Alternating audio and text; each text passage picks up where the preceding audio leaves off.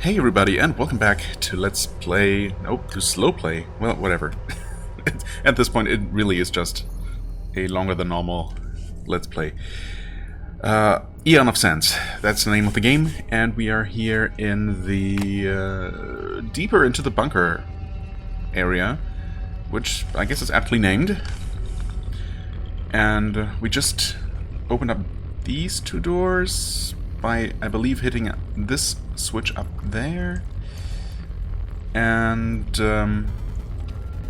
by the way, I did confirm that indeed there was a hidden switch that I found in this little alcove, and I did not hit it at the time because there were enemies around that I wanted to deal with first, and then I got confused about which button I was thinking of. Actually, there was one here. That's the one that opened this door? Yes. Right. So I probably did forget to, or just not bother with mapping a bunch of other buttons. Basically the ones that I hit immediately and then confirmed what they did. I didn't bother to mark in some cases, perhaps, but anyway. This one up here we have not pressed yet. And there are two regular non-hidden switches right here, which we're gonna hit momentarily and see if they open any of the doors we can already see. I hope they will. That would be nice. There are just a couple of things. I did actually create a little auto hotkey script for some... well, for making my life easier, basically. Some might consider it cheating, but I basically made two custom hotkeys for having all three party members attack with their right hand at the same time. Just, you know, saving me some effort and cramps in my hand while I navigate and, you know, juke around enemies. So that should make things easier. I can just hit that one easily reached button and they'll all attack at the same time. I also made another hotkey that came as an afterthought, because it really doesn't seem nearly as important, but, you know, I thought while I was at it, I'd give this a try, and now I have a single hotkey right next to the attack key that makes my second character use the second slot, which, in both the case of this spell here and in case of the ice magic scum still, corresponds to the close range heavy hitting spell, right? So I figured that would be convenient enough. For the fireball thing, I guess it would be the actual fireball, which I don't know, is that the one I would normally use? I guess, I suppose, out of this selection here. So yeah, that just works out real well. And chain lightning for this one if I ever choose to use this again. But just the stamina cost on this one seems too prohibitive, really. Right, anyway, we're using this one for now. I might be changing back to Scum eventually, or maybe we'll find something else, and if my preferred spell changes it, I guess I can always just change the script. Right. And I can even put some marks, well, anywhere. I guess, well, if I want to type F or G now, which are the hotkeys, they will instead type the numbers that, you know, you would normally hit to hit as the hotkeys for the separate attacks. But I've actually, after an embarrassing amount of fiddling around, really, managed to find a workaround for that. Well, it's really as easy as hitting Control F G to actually type the letter if I want to use them in a pencil mark like this. So, yeah, okay. I think that should cover everything. I guess I'm going to once again give it a try, even though it has not worked out in the past, and stop commentating until something needs to be read or commentated upon, right? We'll see how this goes, how long I can actually last this time.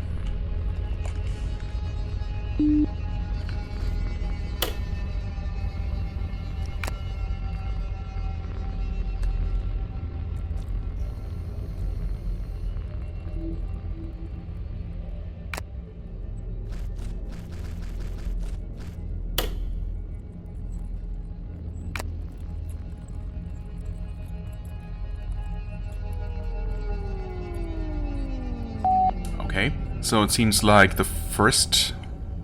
Just hitting the first one, which happened to be the right one, I guess, or the eastern one, didn't seem to do anything, but as soon as I hit this one, those two doors up there, those in the roughly in the center of the screen, I can't point at them, seem to have opened, and nothing else, as far as I can tell.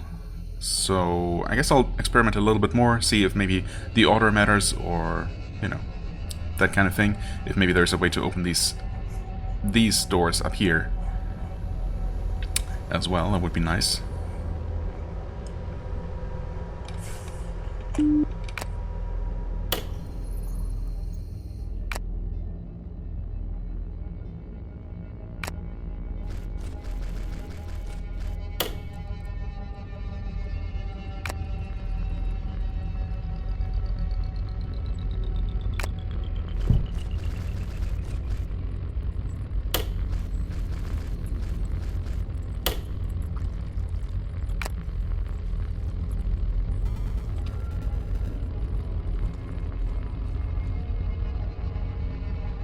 Well, it doesn't seem like there's an obvious way to do something, to make something different happen, so I guess just hit both of them to open both those doors up there. Fair enough.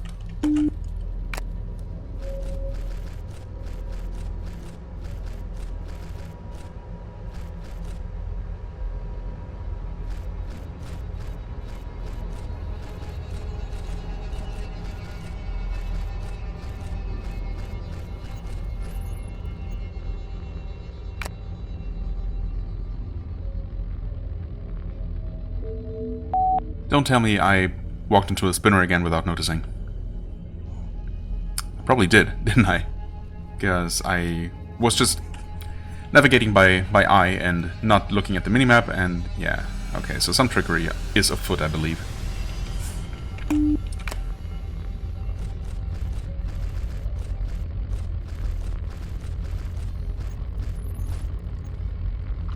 Yeah, of course. I mean, I basically only had to look at the map to know where it was as well.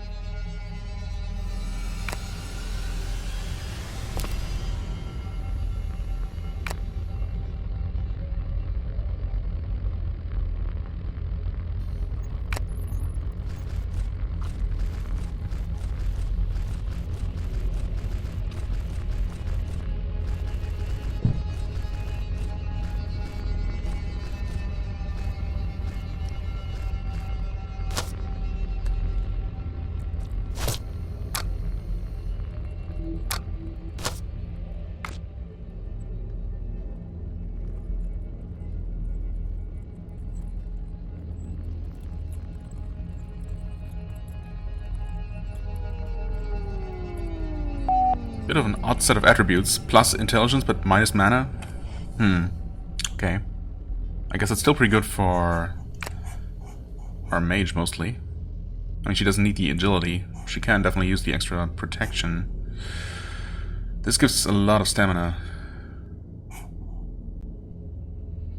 I mean, I'm not really using Citrani's ranged abilities for now, or possibly ever. So, but still, -5 agility. Now, I guess I'm gonna give this to her. Wait, I can't? Why is that? Do you need to have some room? Okay, put that here then, I guess. Why do I have things to be so complicated? Why do things have to be so complicated? You know. Okay. Yeah, she loses some mana, but she has so much that I guess it really doesn't matter. And she uses melee a lot because it's just more convenient, of course. So extra strength doesn't hurt. Strength 17. Well, he could use his strength as well, but you know, she needs it more, I guess, to level up a little bit. Yeah. 40 mana is still very good. We're not losing him a lot either. Okay. As for you, 3 protection, 12 stamina. Yeah, this is just not very good. Unless, of course, we actually, you know, find ourselves in a situation where we absolutely need a protective mask. Which, I mean, I'm guessing that the advanced... I can only assume, I should say, that the advanced gas mask is going to protect us in the same way that a simple rebreather mask does, right? Wouldn't make any sense otherwise. Of course, it is this game, so who knows?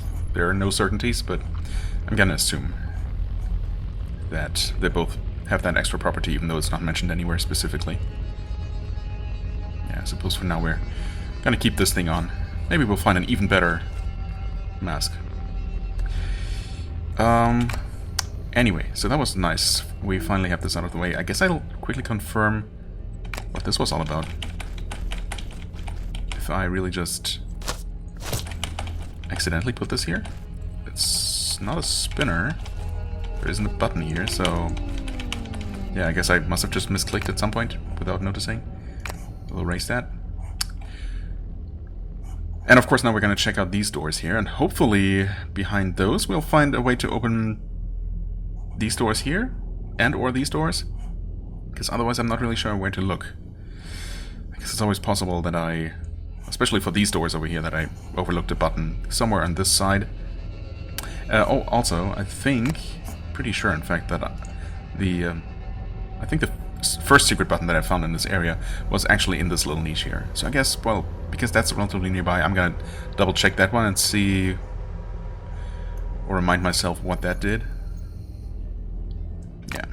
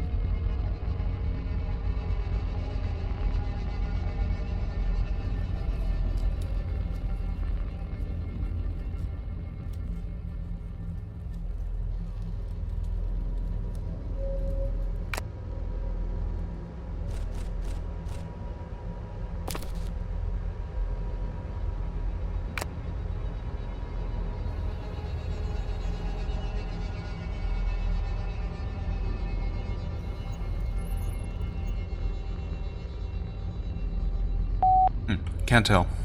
As far as I can see, that did nothing. Of course, it might affect something in the area behind these doors, for example. I'm also not entirely sure if I did hit it the first time. I believe I did. So it should now be activated, deactivated, activated again. I think. I don't think I came back to deactivate it, so it should be active. Either way, if I do encounter another locked door and find no other button to press, I guess this is something I can try again. But yeah, this is definitely getting a little bit complicated and a bit hard to keep track of, especially when you're playing this over multiple sessions, including ones where you're not as awake as you maybe should be for this kind of complicated task, but you know.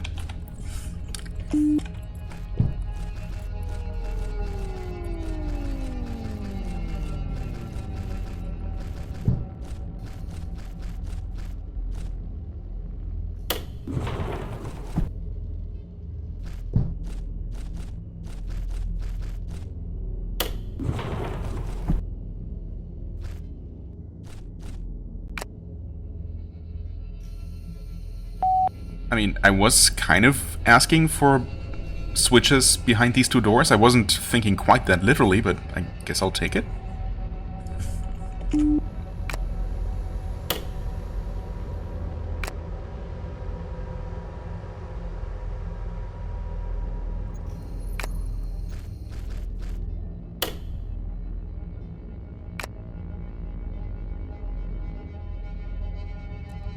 Damn, for a second I really was hoping that these two doors up there would just open with this button. Or this switch. Well, we have those open, that's nice. I don't know what this one did, though. Unless... Nope, don't think I do. Again, they might have opened something behind these doors. And it certainly doesn't seem like you had to interact with both of these in some kind of combination. So I don't know. I guess once again I'll leave it activated, because when in doubt, doors will usually start closed, and hitting the appropriate button will open them. So if I do come across any more open doors, I guess I can assume that this one did it. Or maybe this one, or some other button I've forgotten about, but clicked in the past. Who knows?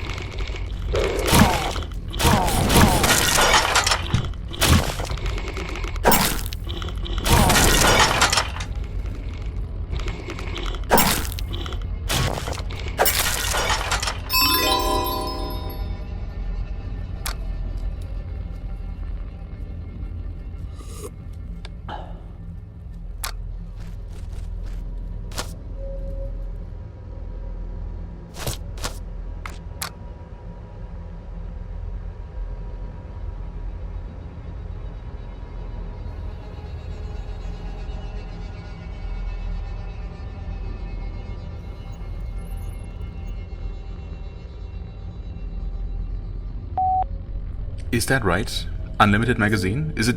I mean, could that actually be true? You give me all these various ranged weapons, and their ammo, which, you know, has been somewhat plentiful, but if I had been relying only on those for combat, I would have definitely run out by now, even between the sling and the crossbow. But you just give me an unlimited dark pistol, and I mean, 12 damages. That's as much. Well, it's almost as much as a crossbow bolt. Huh. Obviously, I'll have to give that a try. Oops. Oh. Wait, yeah, okay. I mean, it has a cooldown, but... Isn't that absolutely overpowered? Cooldown 1.7 seconds. Damage just straight up 12? I mean, it has a shorter cooldown than the Iron Curved Blade. It deals more damage than this possibly can, even at a max hit. Has the same stamina cost. And a range. And I don't see why I couldn't use this in melee either. So... okay. Unless I'm just massively overlooking something. Oh man, come on.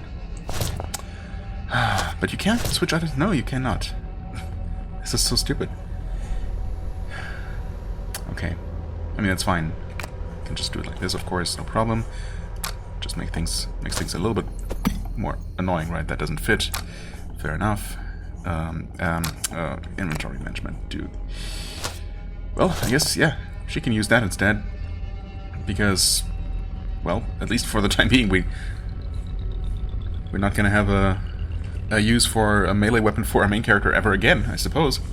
Well, maybe sometime again, but yeah, this seems arguably too good.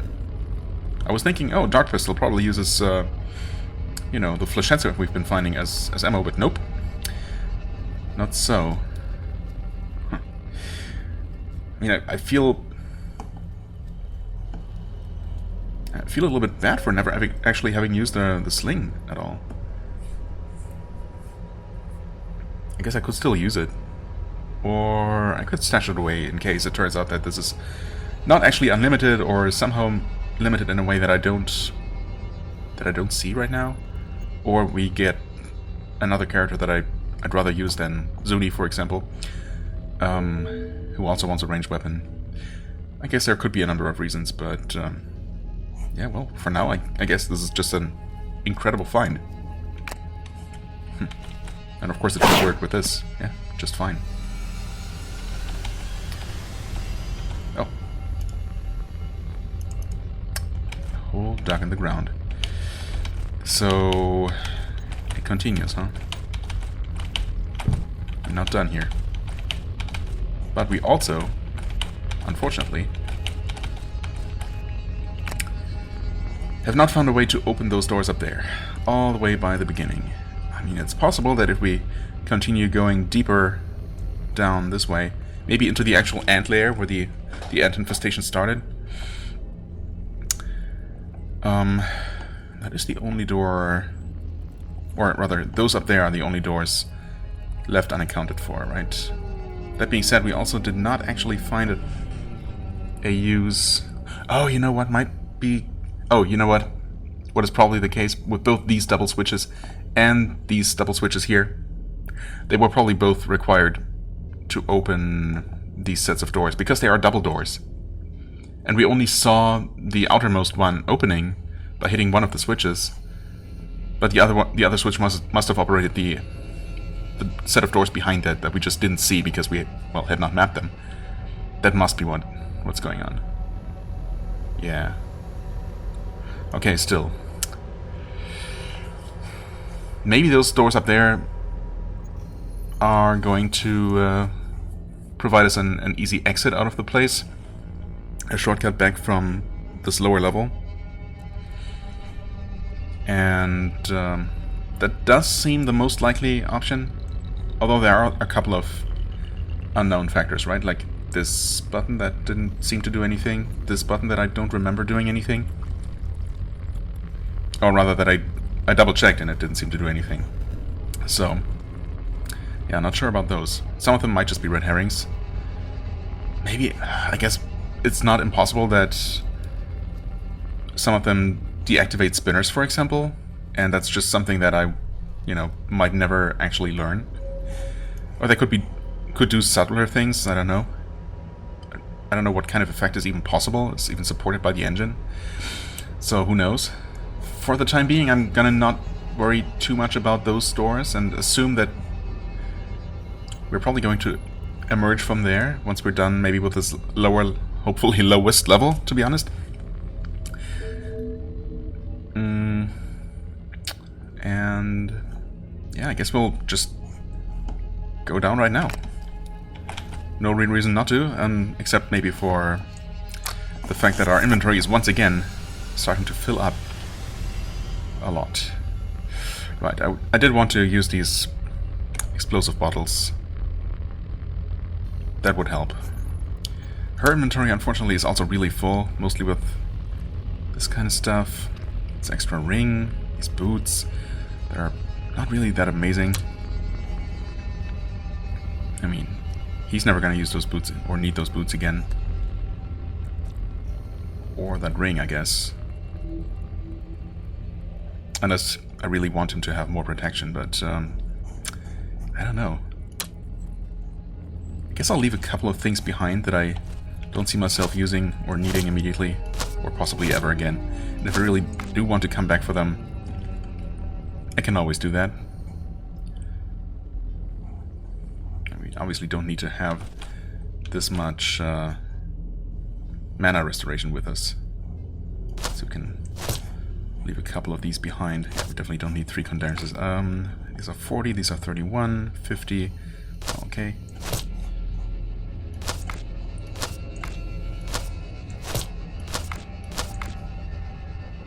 And 50 each. Well, I guess 2 of each type should be plenty. Yeah, it's looking a lot better. If I really want to, I can always come back here for some more mana stuff, mostly. Okay. Pencil mark. Mana. Items. There you go.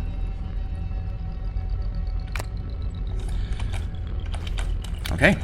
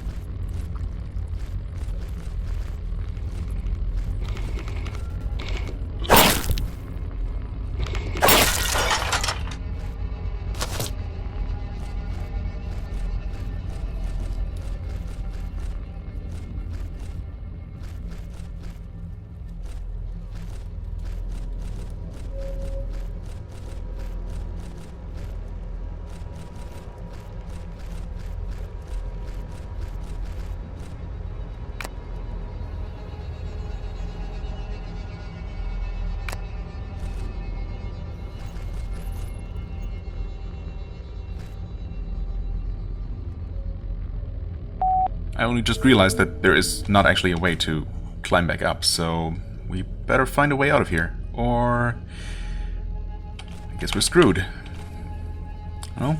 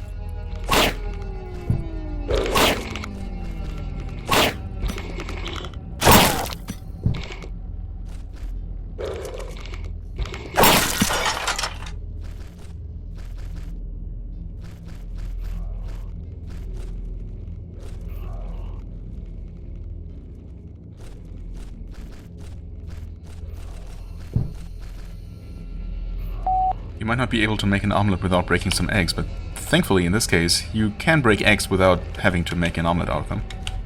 I'm not sure if I should break them though. What was that? I thought I saw some sort of spell effect? Yep, definitely did see some spell effect. Awesome. Uh-oh. Oops. What? What just happened? Okay. That sounded worse than it was, I think. Whatever it was. At first it didn't seem like actually stepping in the acid puddle or whatever it was. Of course, we can't... yeah. We can't see what it was now because, you know, 2 more lines of text scrolled up in the combat log. And anyway, get rid of that thing. Yeah, at first it didn't seem like stepping on the acid pool on the floor actually did anything, but I guess with some delay we actually did take damage or something. Not sure if that's what happened. Let's actually use one of these. Oh my god, we have so much healing. Way too much, one might argue. But oh well. Anyway, yes, trying to use those explosives whenever we face enough enemies for that to be worthwhile. You know what, I'm just gonna be brave and save the game. We have autosaves, I could just rely entirely on those, but that's less convenient, and I feel like we... oh. Hi there. Big guy, or girl. Come here, please. I mean, I could, if nothing else, I could try to absolutely just cheese it with magic and my unlimited range attack.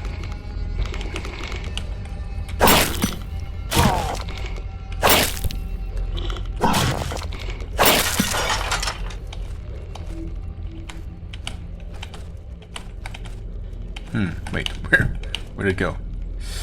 Okay. Oh, okay. I see.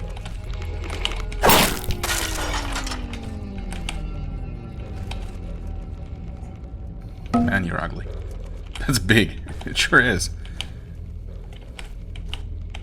I guess we just can't see it from this distance, but it is there.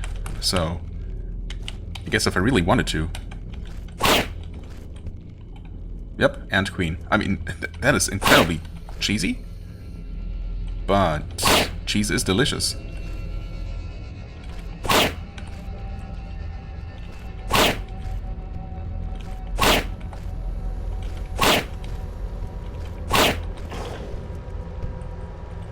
Oh.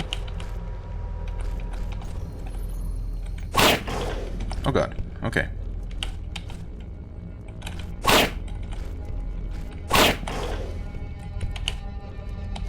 Interesting.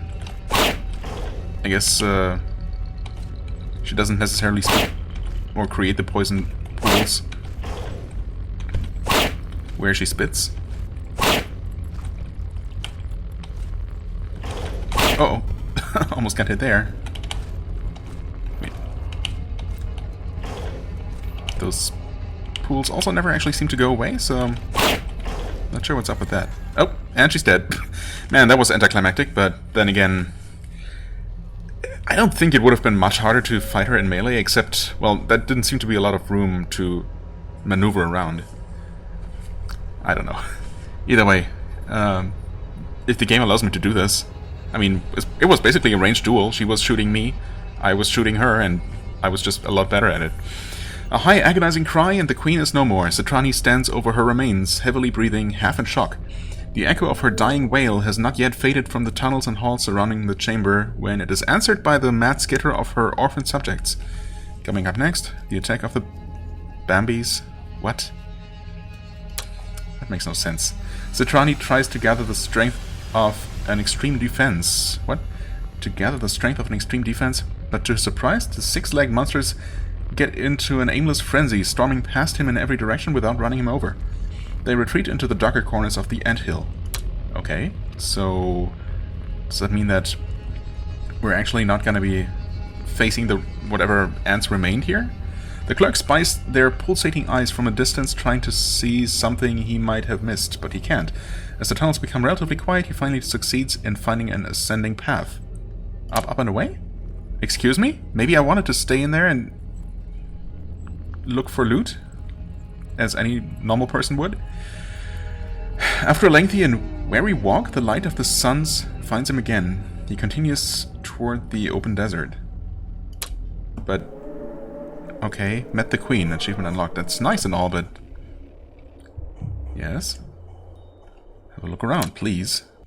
We never actually entered the spire, for one. Okay, apparently more ants are around. Also, I completely... Whoops. Wait, what? What? What did I do?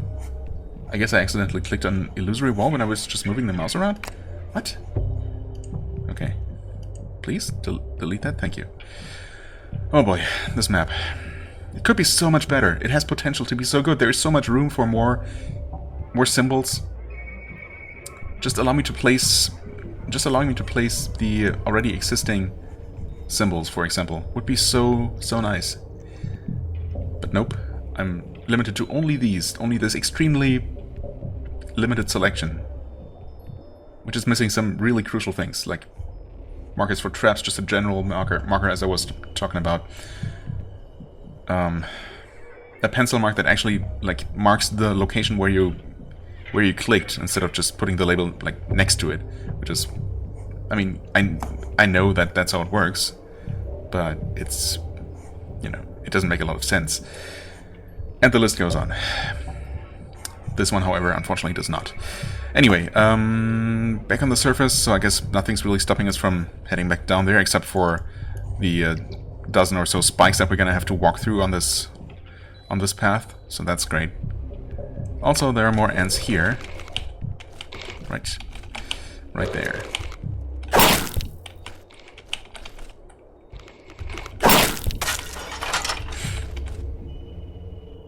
Okay. Also, of course, we had not actually finished exploring and mapping out this entire overworld, so guess I'll start with that, just as a little bit of a, you know, as a breather from the oppressive underground. And then, of course, we did not actually emerge behind that other set of doors, so I guess I'll have to look around that area a lot more, potentially, to find whatever switch it is I missed. Because I definitely want to know what's behind those. I suppose while I am on the surface, I could technically even make another stash, possibly, in this place. I mean, I could just leave my ranged weapons here, that I guess I'm not really gonna need ever again. And for now we have room. Whoops, that's not... That's how you open your inventory in Avernum. Or Queenswitch, I guess, in this case.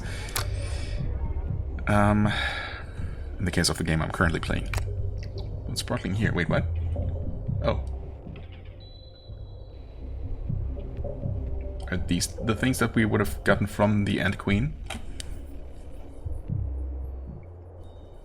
I guess so? That's a nice game, but... These are obviously pretty mundane items. I'm assuming... Well, actually, I don't know if I should assume that. I was gonna say, I'm assuming that this list on the side here is gonna be scrollable eventually if I keep picking up more items, or, you know, gaining more items as quest rewards, or, you know, as automatic drops, basically. But, I mean, it doesn't really feel like it's gonna work that way. But what would happen if this filled up? Would I just lose out on items? Surely, I mean, there are things like the mission note, like just unique quest items. Not that I think I actually will need this one, but who knows? Anyway, I probably should make some room. I mean, I always have the crossbow and one bolt quiver with me for, you know, for an absolute emergency, I guess, when I desperately need a ranged weapon. And I can stash everything else away somewhere to pick up if and when I need it. But will I do it here, or will I actually carry that stuff to my pre-existing cache? Well, I guess for the time being, inventory space is not critical, so I will just look around the overworld here a little bit more and just fill in the blanks, basically. Right, we get some more ants around somewhere. Of course, we also have a lot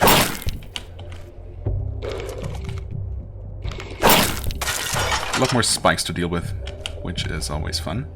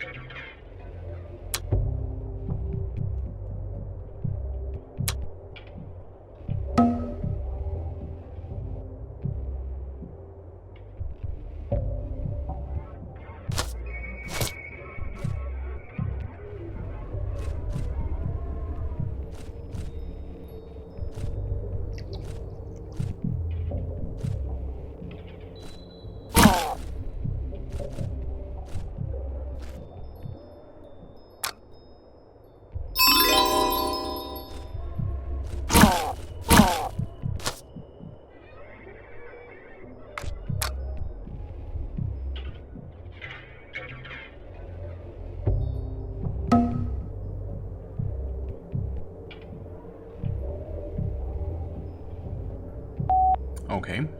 I mean, it does say something found while searching for the missing caravan, so maybe an actual hint. Just on scavenger hunt, he said. That's our life. That's our life, he said. The boss is going crazy, I swear. He even volunteered 2 men to blood on the stone? What? Of those fanatics in the south. And I could swear he was smiling all the time. I saw the madmen dragging the bodies on the west of their camp. Behind a 3-parted seal. Okay. Huh. The boss is going crazy, I swear. He volunteered 2 men, 2 blood on the stone of those fanatics in the south, and I can swear he was smiling all the time. I saw the madman dragging the bodies on the west of their camp. To the west of their camp? To the western part of their camp? Behind a 3-parted seal. Okay. So some camp of madmen in the south, and in the western part there is a 3-parted seal. And that should be interesting enough for me to investigate no matter what. So, thanks, I guess? Let's see. Health-wise, yeah, she's definitely a bit hurt by those many spikes the game is making me wade through. Oops. Still not a fan of this at all. But oh well. Also this... I mean, I really would like to fully map this out, but I mean, I'm pretty sure there's just a fence there. I mean, these gaps here I can guess. But to the south of here... Yeah. Okay. I guess that's good enough for the completionist in me. Now I'm gonna have to make my way all the way around again, I suppose, to map out this area here. Remind myself what this was about. What could this have been? Not another hole, certainly. Huh.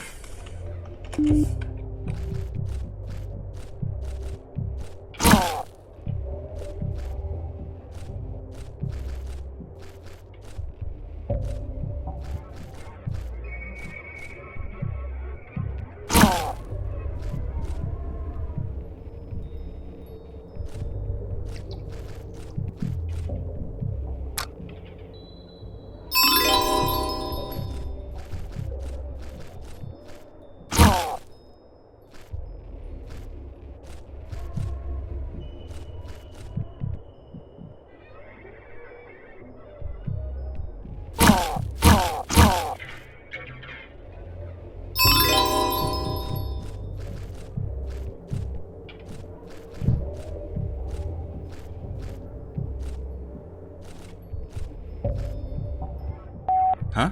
Did I once again just click here accidentally while trying to place that hole marker there?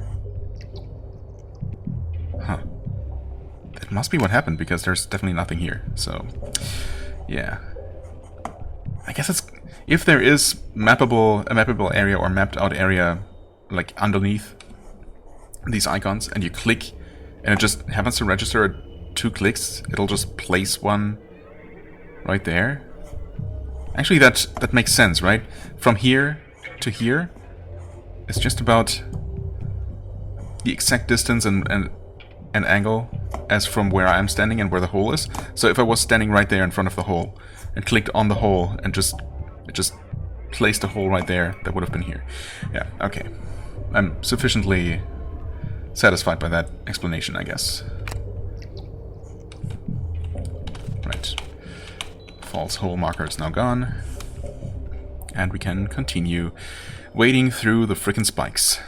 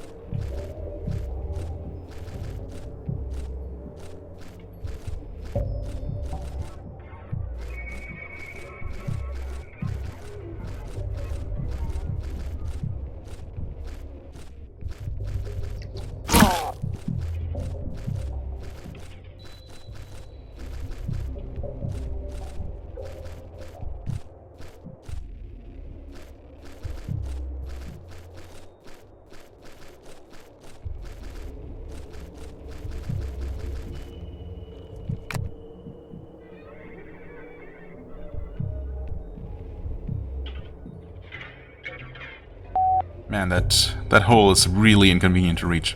I was kind of hoping there would be a maybe costly, but you know, possible path through here somehow, but even though it seems like there are some gaps, they're just, in practice, there just aren't. So, yeah. That's great. I mean, maybe I should have just tried entering or going up that ladder from the first underground level to the north. And maybe we could have opened up a shortcut that goes basically through the, you know, through here somehow. Maybe opens up this rubble. Or, you know, works in some kind of other way. I'm definitely gonna give that a try as soon as I make it back there. Yeah. But of course I'll have to do that first. Got more ants somehow.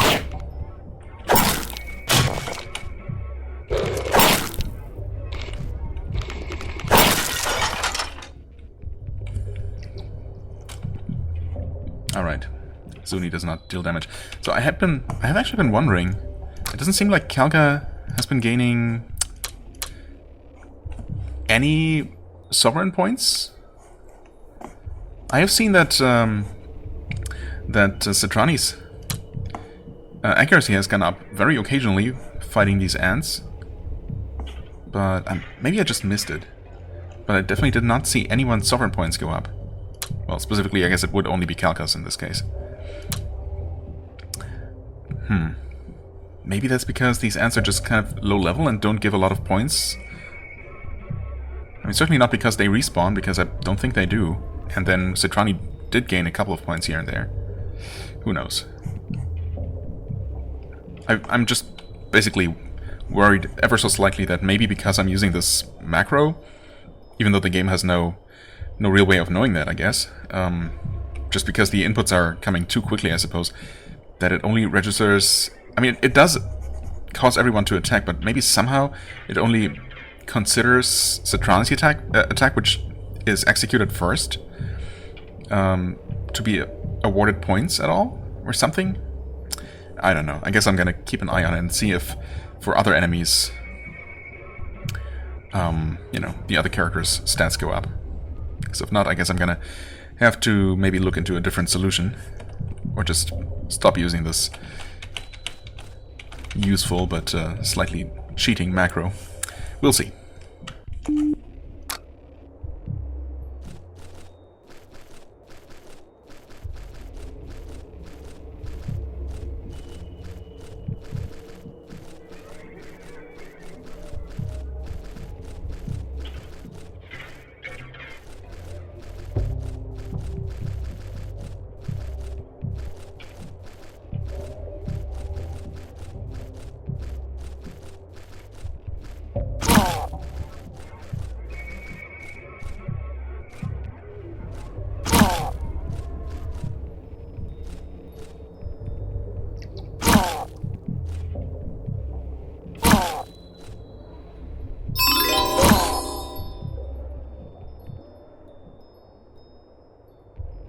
And here I thought there were no spikes on the other side, because it's just sometimes... I mean, this is clearly empty, but I thought that... well, never mind.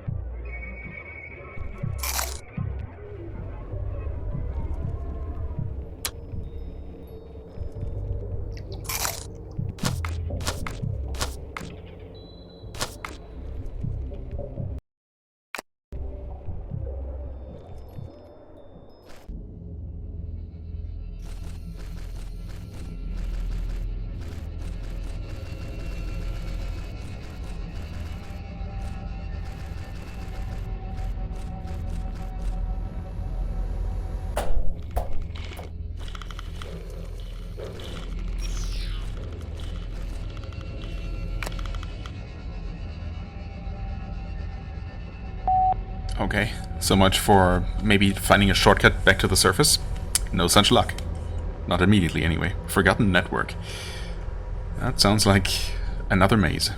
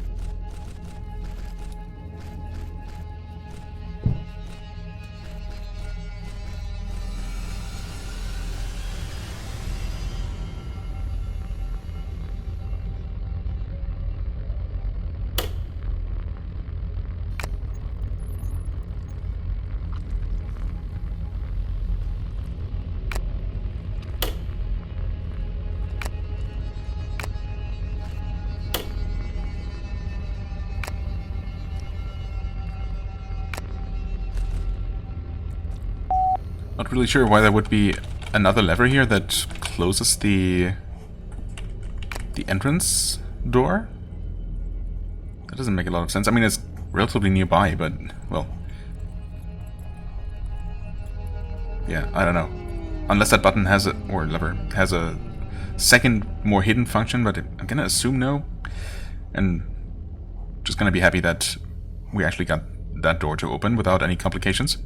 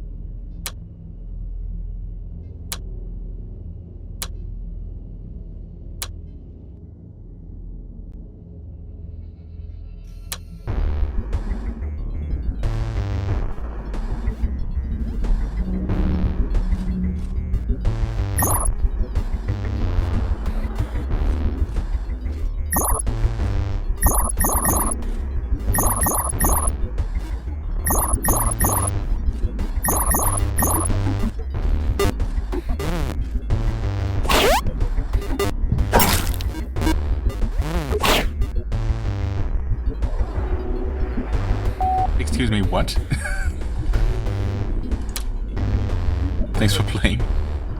I have absolutely no reason to assume that gaining a specific high score or achieving anything in this weird game would do anything for me. But I am somewhat intrigued by it nonetheless. Also confused. Apparently we use our normal attacks to fight those enemies? I'm not really sure what hit me though, or... I mean, we have full hit points and stamina and everything.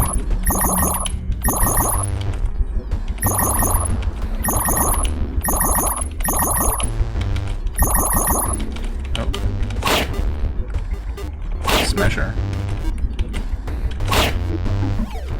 Okay. They can be killed. Which means they probably should be killed. What? I probably was just ambushed by one of them? That snuck up on me? Uh-oh, I actually managed to get stuck. I also took damage from something? Okay, so our health and other values actually do apply here. I was not sure.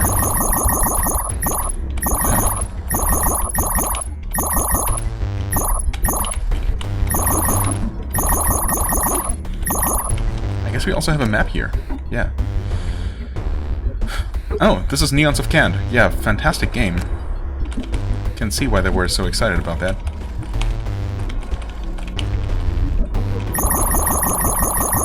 I guess the name Neons even makes some sense, considering the neon green color, I guess. I suppose it's really just normal green on black background, which makes it stand out. Wait, are these point thingies respawning?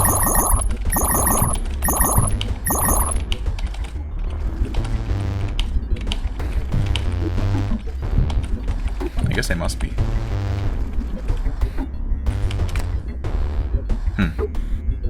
Well, I guess I'll continue collecting stuff and mapping out this place unless I die again. I guess I must have just been killed, but I thought I was at full health the first time around. I must have started with full health the first time around, right? And, well, I don't know. I didn't notice getting attacked by the thing when I encountered it, but I probably just didn't notice, and it still happened. Yeah, anyway, I guess I'll continue playing this just in case somehow it does something.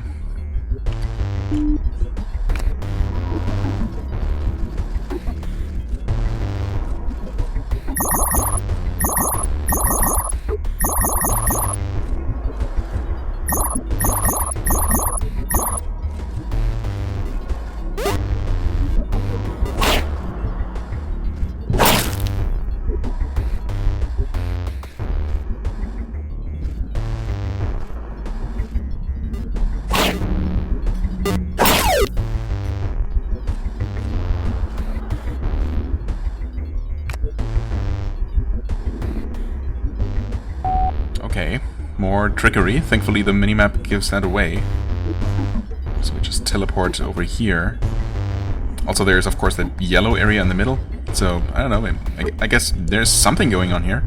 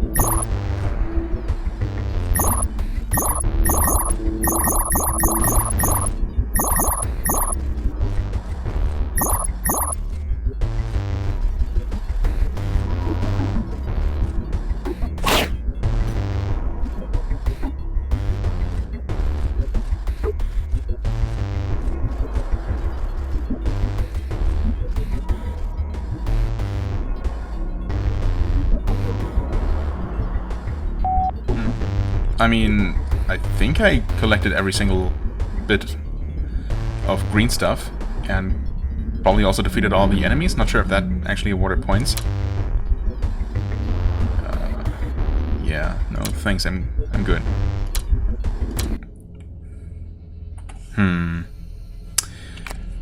Okay. That was fun, I guess. Yeah. It didn't unlock this door for us, or anything. Yeah, I never looked past this door. I probably should. Guessing this is just one long room with this game as a kind of reward at the end. Well, more like a little Easter egg, or just, you know.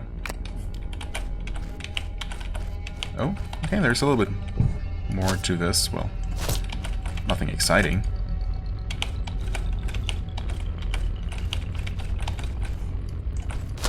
Okay, another bronze flail, or is that a different kind than we saw before? Oh, hold on. Is that buzzing? I guess we got that as a reward for beating the game? Where else would it have come from, right?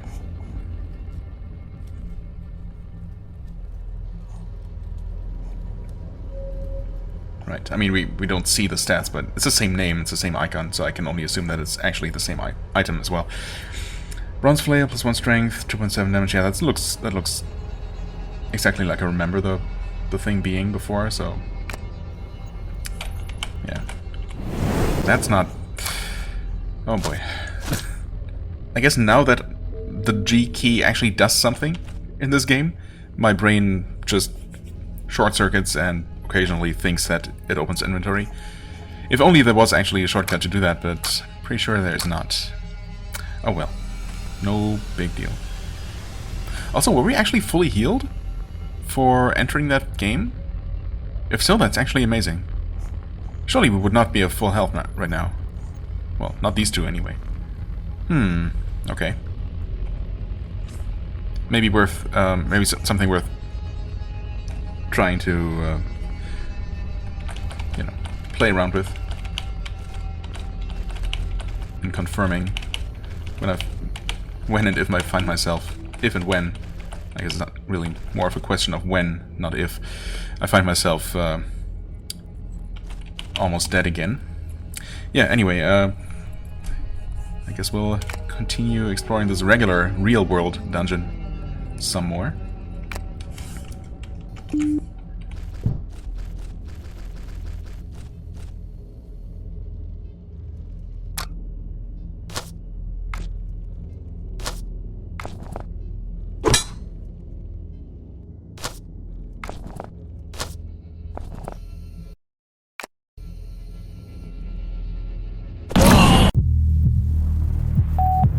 Wow, okay.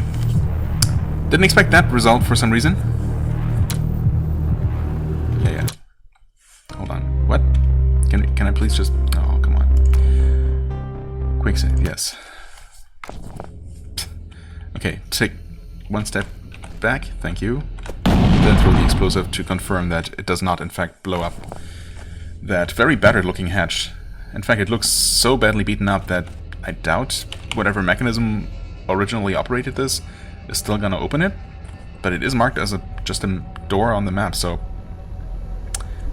we'll see, I guess, if we'll ever open that.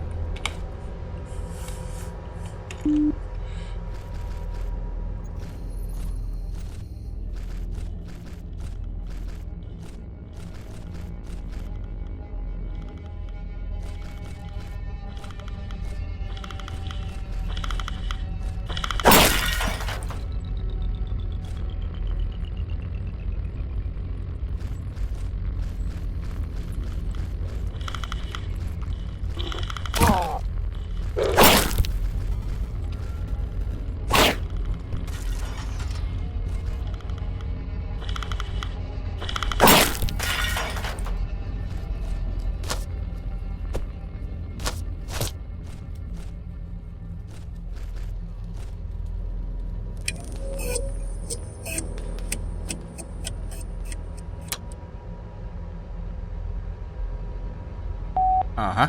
Okay. Maybe we finally get a chance to use this code that we found. 2401. What? Excuse me? Did I enter keypad? Type code. Oh. Don't need to actually type it at all. So... What? Oh. Hold on. Let me just confirm that I'm not being really stupid. No, I mean, it's 2-4. Okay, there's also no 0, so... Yeah, no, never mind. Code incorrect. Okay, well, in that case, we'll mark this with the universal "there is something here" marker. Which might or might not be a hole. In this case, it's not. And we'll look for the actual code this time.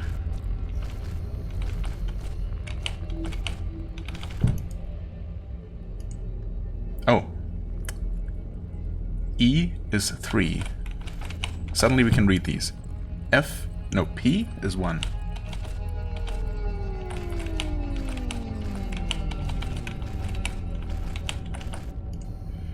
N is 2. And O is 4. Right, so those are the numbers 1, 2, 3, 4. The question is... is it nope? Is it open? I'm gonna guess it's open. But nope would be funnier. I'm not sure why that's the first word that I thought to form from those. Anyway, what have we here? Zot week. Wait. As opposed to Zot week. Just confirming. I don't know why I keep thinking that maybe magic activators aren't necessarily always gonna contain the same spells. They sure do, though. I suppose this is a way to get one if you did not recruit Kalka and got, you know, the one that she was holding. Yeah. Okay, nothing here. Nope.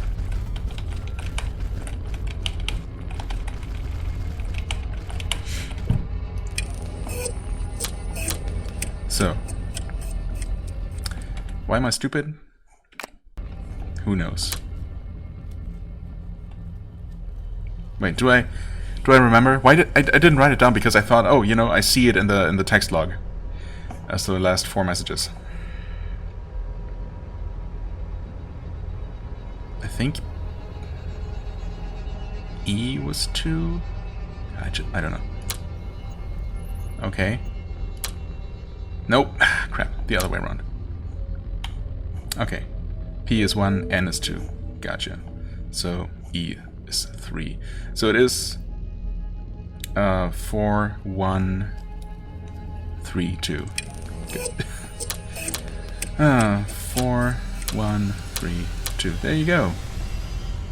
Activate door. Ta-da! Wonderful. And... oh, the door behind us actually closed. That's not great. That door is not open. Yet.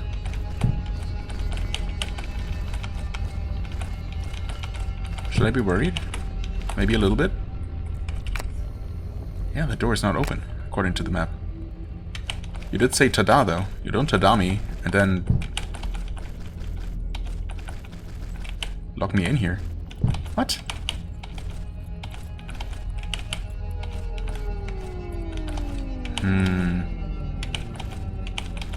Well, that's not great.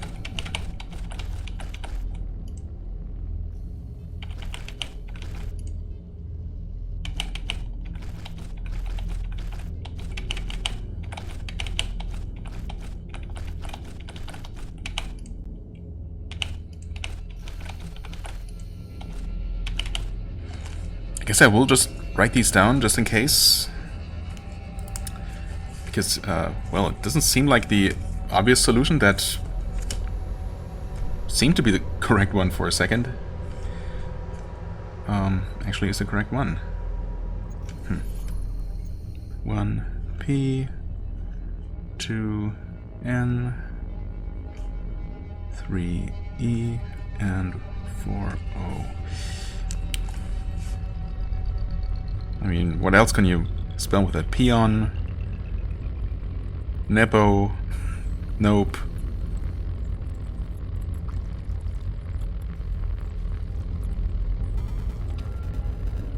I don't know. Open makes the most sense by far. And obviously the game isn't even going to accept any incorrect sequence, so it just kicks you out the moment you enter something wrong, so... I guess we know that open supposedly is correct. So what's up with this?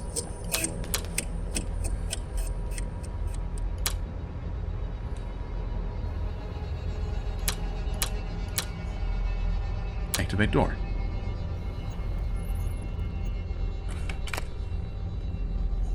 I mean, I guess it did activate the door, just the wrong one. Weird. Yeah, I don't know. This doesn't make any sense.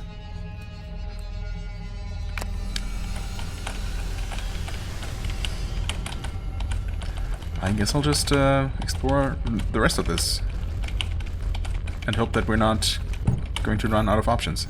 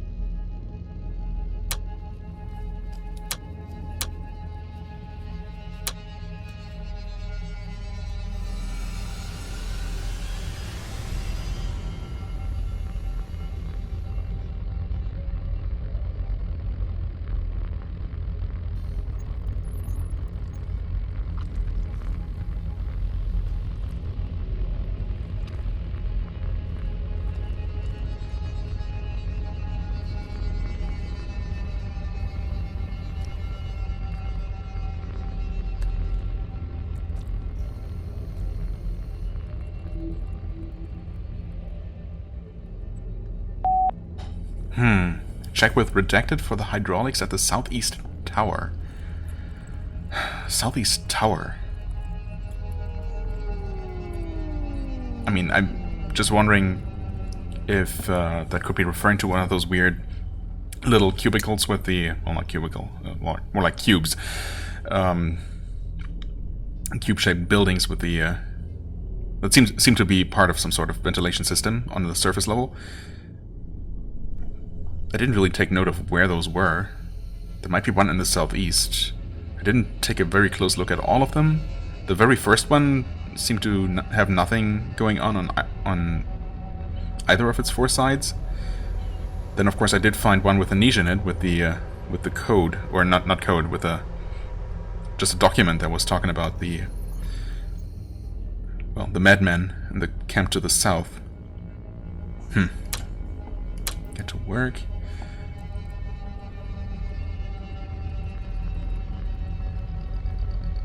Maitland, you're a lazy ass. Get off your enter pad, I don't know, and get the job done. Someone will be reprogramming the doors to the armory for the week. Some fucker has got his hands on the oil cans again. I bet I can get you scheduled for the inventory there, though, Quentin. Is that supposed to tell me anything? And the deleted mail, unfortunately, only, well, does not seem to contain anything useful.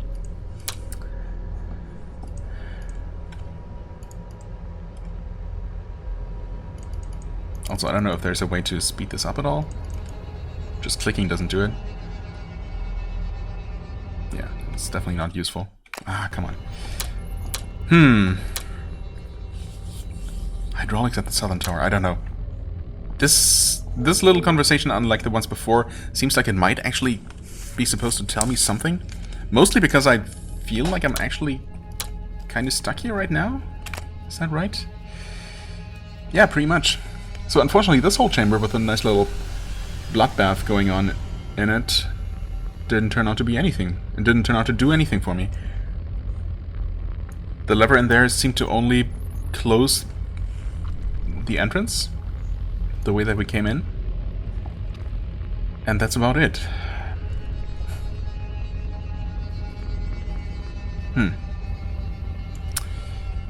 That's not great.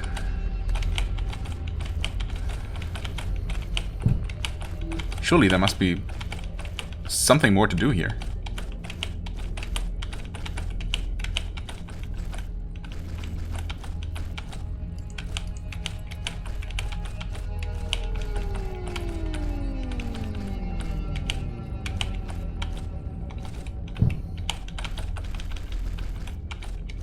I mean, I was getting really hopeful when I found a way to the other side of this door.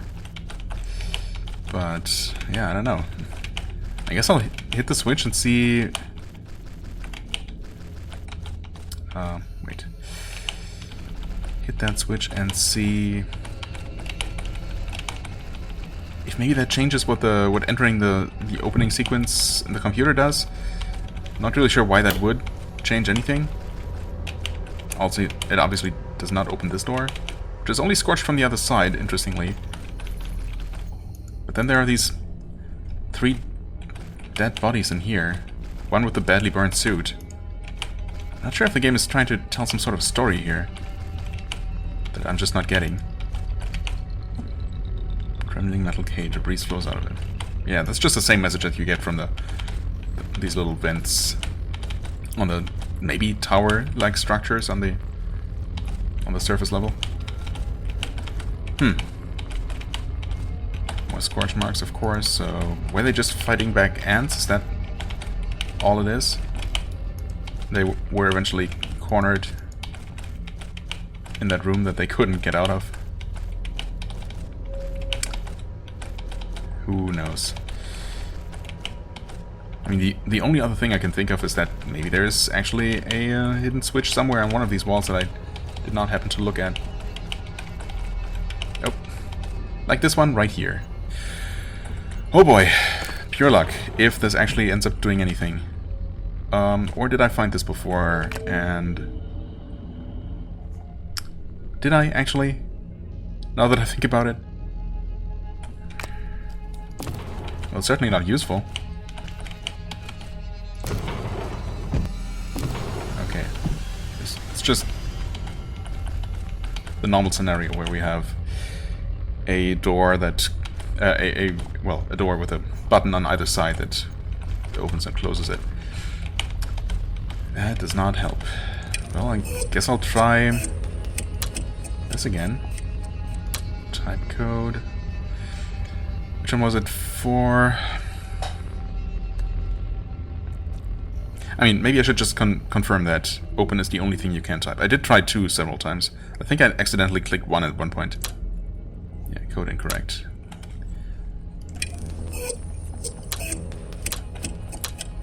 Yeah.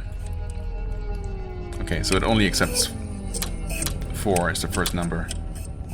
That's O. Yeah.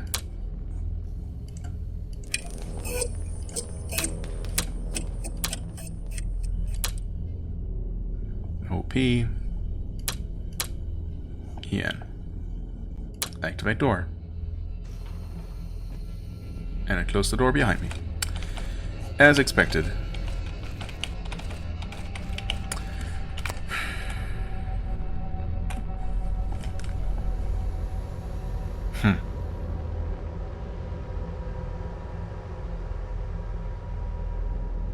Weird. This whole setup here seems so meaningful with, you know, the code that you find in on these monitors, but why would this door open and not this one? That only makes sense if we somehow emerge from here and find ourselves in this place and want to get out of here.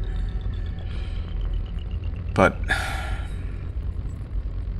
that doesn't seem to be the case unless there's another way into this. Well, I suppose this is supposed to be inside the spire that we couldn't reach on the surface, right? Spire, I guess, being just a building, just part of this research facility or whatever it was. I mean, there is that area underground in the top, you know, in the northwestern corner of that one map, behind the 2 doors that I couldn't access. Theoretically, there could be a way up from there that leads into maybe the western part of this area here, behind this door, and then this would just be an exit, but in that case, why even allow me to enter this from this side? Just for that one spell activator? Certainly doesn't seem that great, if that's supposed to be some sort of final reward. I guess I'll double check, or maybe just check all the walls. Not sure if I completely diligently checked every single one.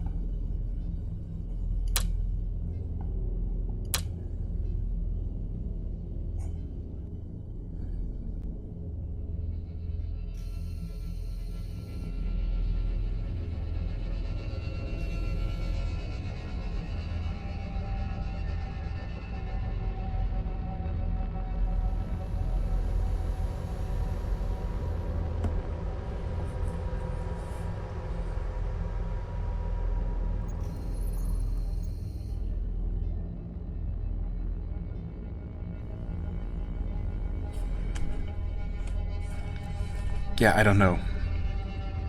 So this guy, Quentin Cox, I guess, was reprogramming the doors to the armory. Is that the one door I'm trying to get open? I mean, I certainly haven't found anything that looked like an armory. No room full of weapons and armor, I guess. That would be nice to find, I suppose.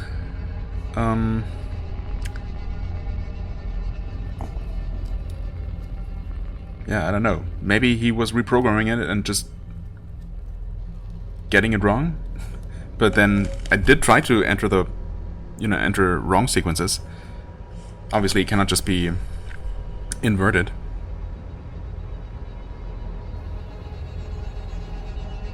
I definitely did try that. Or did I? No, I'm sure I did.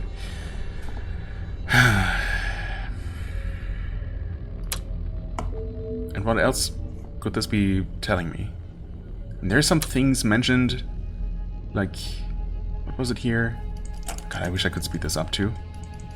But I'm almost completely certain that I can't. Well, I can just skip it all.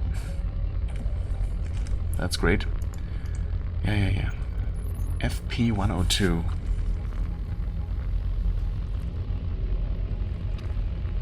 $1,700 to $2,400. Not numbers I can enter, so I don't know. Yeah, hydraulics at the southeast tower. Dust is corroding the gaskets.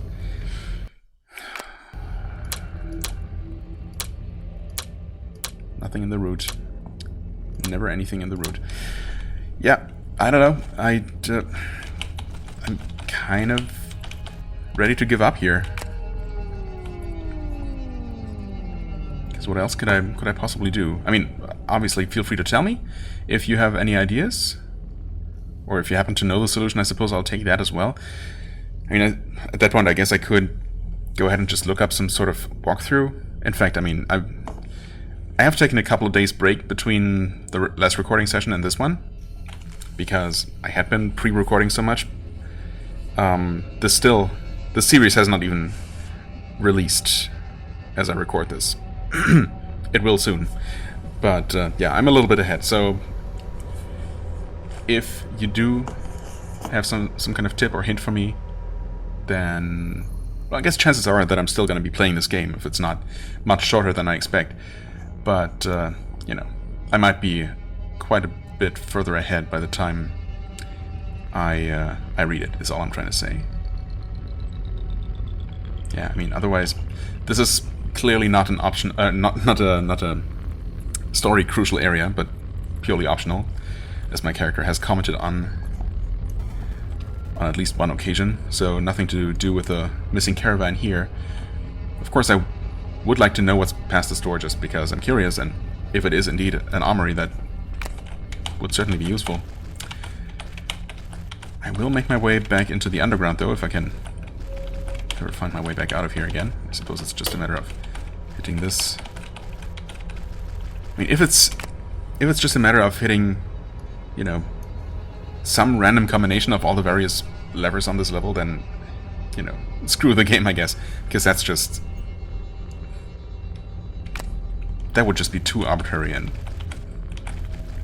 yeah, I don't know. I would definitely not be a fan of that if that actually turned out to be the case. It might be the case, who knows? There have been those weird levers that seemed to require some sort of combination of hitting both of them, maybe with some sort of timing component to it as well, which is already kind of sketchy, if you ask me, because it just doesn't make any sense, basically. You know what? Just on the off chance, I had been wondering about this lever. That's not actually activated.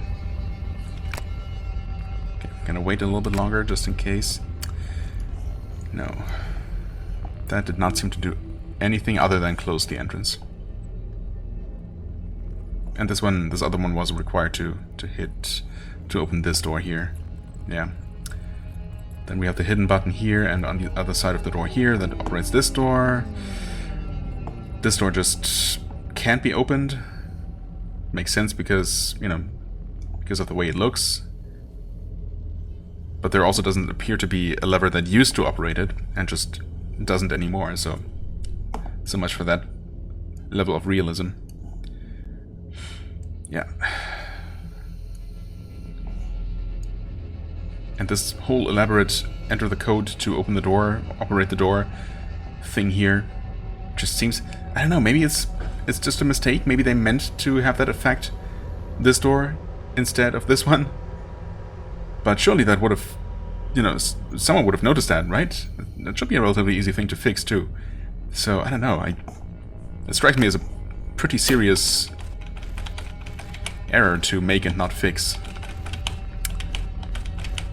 This also just closes that door back up. Yeah. Yeah, I don't know. I guess I'm done here, unfortunately. I mean, I'm clearly not done, but I'm absolutely out of ideas. Unless it really is just a hidden button on a wall, which is also, you know, not something I care too much about. So, I guess we're just moving on. Right, this is a dead end, though. We should just be able to head straight through here. And further down, and we're back on this level by these doors. Right. And I guess I'll switch off the mic again and just look around a little bit more around here before I'm ready to call this an, well, not an episode, I guess, but at least a session. I mean, we did defeat the Ant Queen, what feels like an eternity ago. We got some stuff for it, nothing major, I guess. But I'll make my way back down there and look around, break open all the eggs. If nothing else, if the game does allow me to head back down there. And I can only assume that there is gotta be some kind of switch hidden somewhere on this level that actually opens these doors here. Because, I mean, the way they're positioned right by the entrance here really suggests to me that they're supposed to be some sort of, you know, shortcut back to the entrance, basically. But clearly that was not the case. Also, what is going on here? Didn't I mark the stairs down? Like, in that room? Oh. I think... Yeah, that's right where I put the mana items. No, I think the game probably actually just blocked off that entrance, making the ant lair completely inaccessible. I suppose the idea is that we have stopped the ant infestation forever because we just collapsed the entire hive, and that's why we were kicked out of there and got the very non-spectacular loot from the Ant Queen handed via party inventory. That seems completely unnecessary to me. I mean, they could have allowed me to look around at least. I mean, I'm assuming there wasn't anything good or let alone crucial down there. But still, let me figure that out myself. Oh well. Okay. Either way, I'm going to shut up now and look around some more until I'm satisfied that either the levers don't exist or I no longer feel like looking for them. Or maybe I'll find them. Maybe I'll even find them. Imagine that.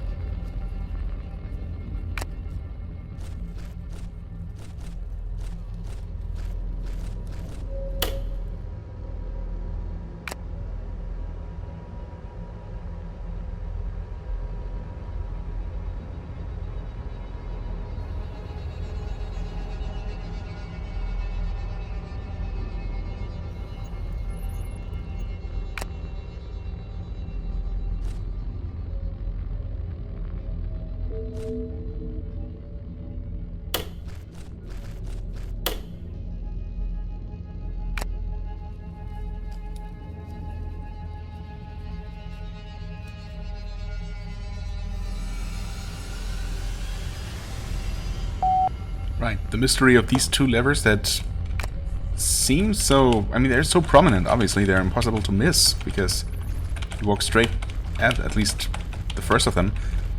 And it would make perfect sense for them to just operate these two doors from the inside. And yet they seem to do absolutely nothing. Honestly, as I've been fruitlessly retraversing these labyrinthian halls, I have become more and more inclined to actually just look up a map of this place, because I'm basically ready to just leave forever. And, you know...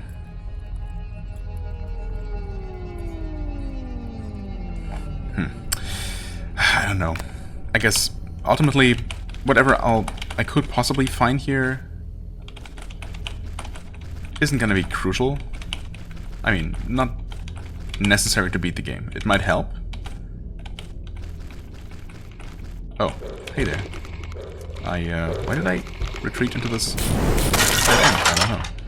It didn't matter. Oh, really?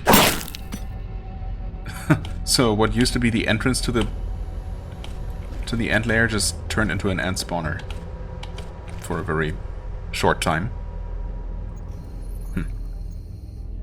And while the ants are invulnerable to Zuni's attack, the ant spawners are not. Okay. Anyway, well, also he did gain proficiency from using the macro, the all attack macro, so I guess that answers the question. Yeah, she just is not gaining any sovereign levels, but she is damaging enemies in melee. Okay, whatever.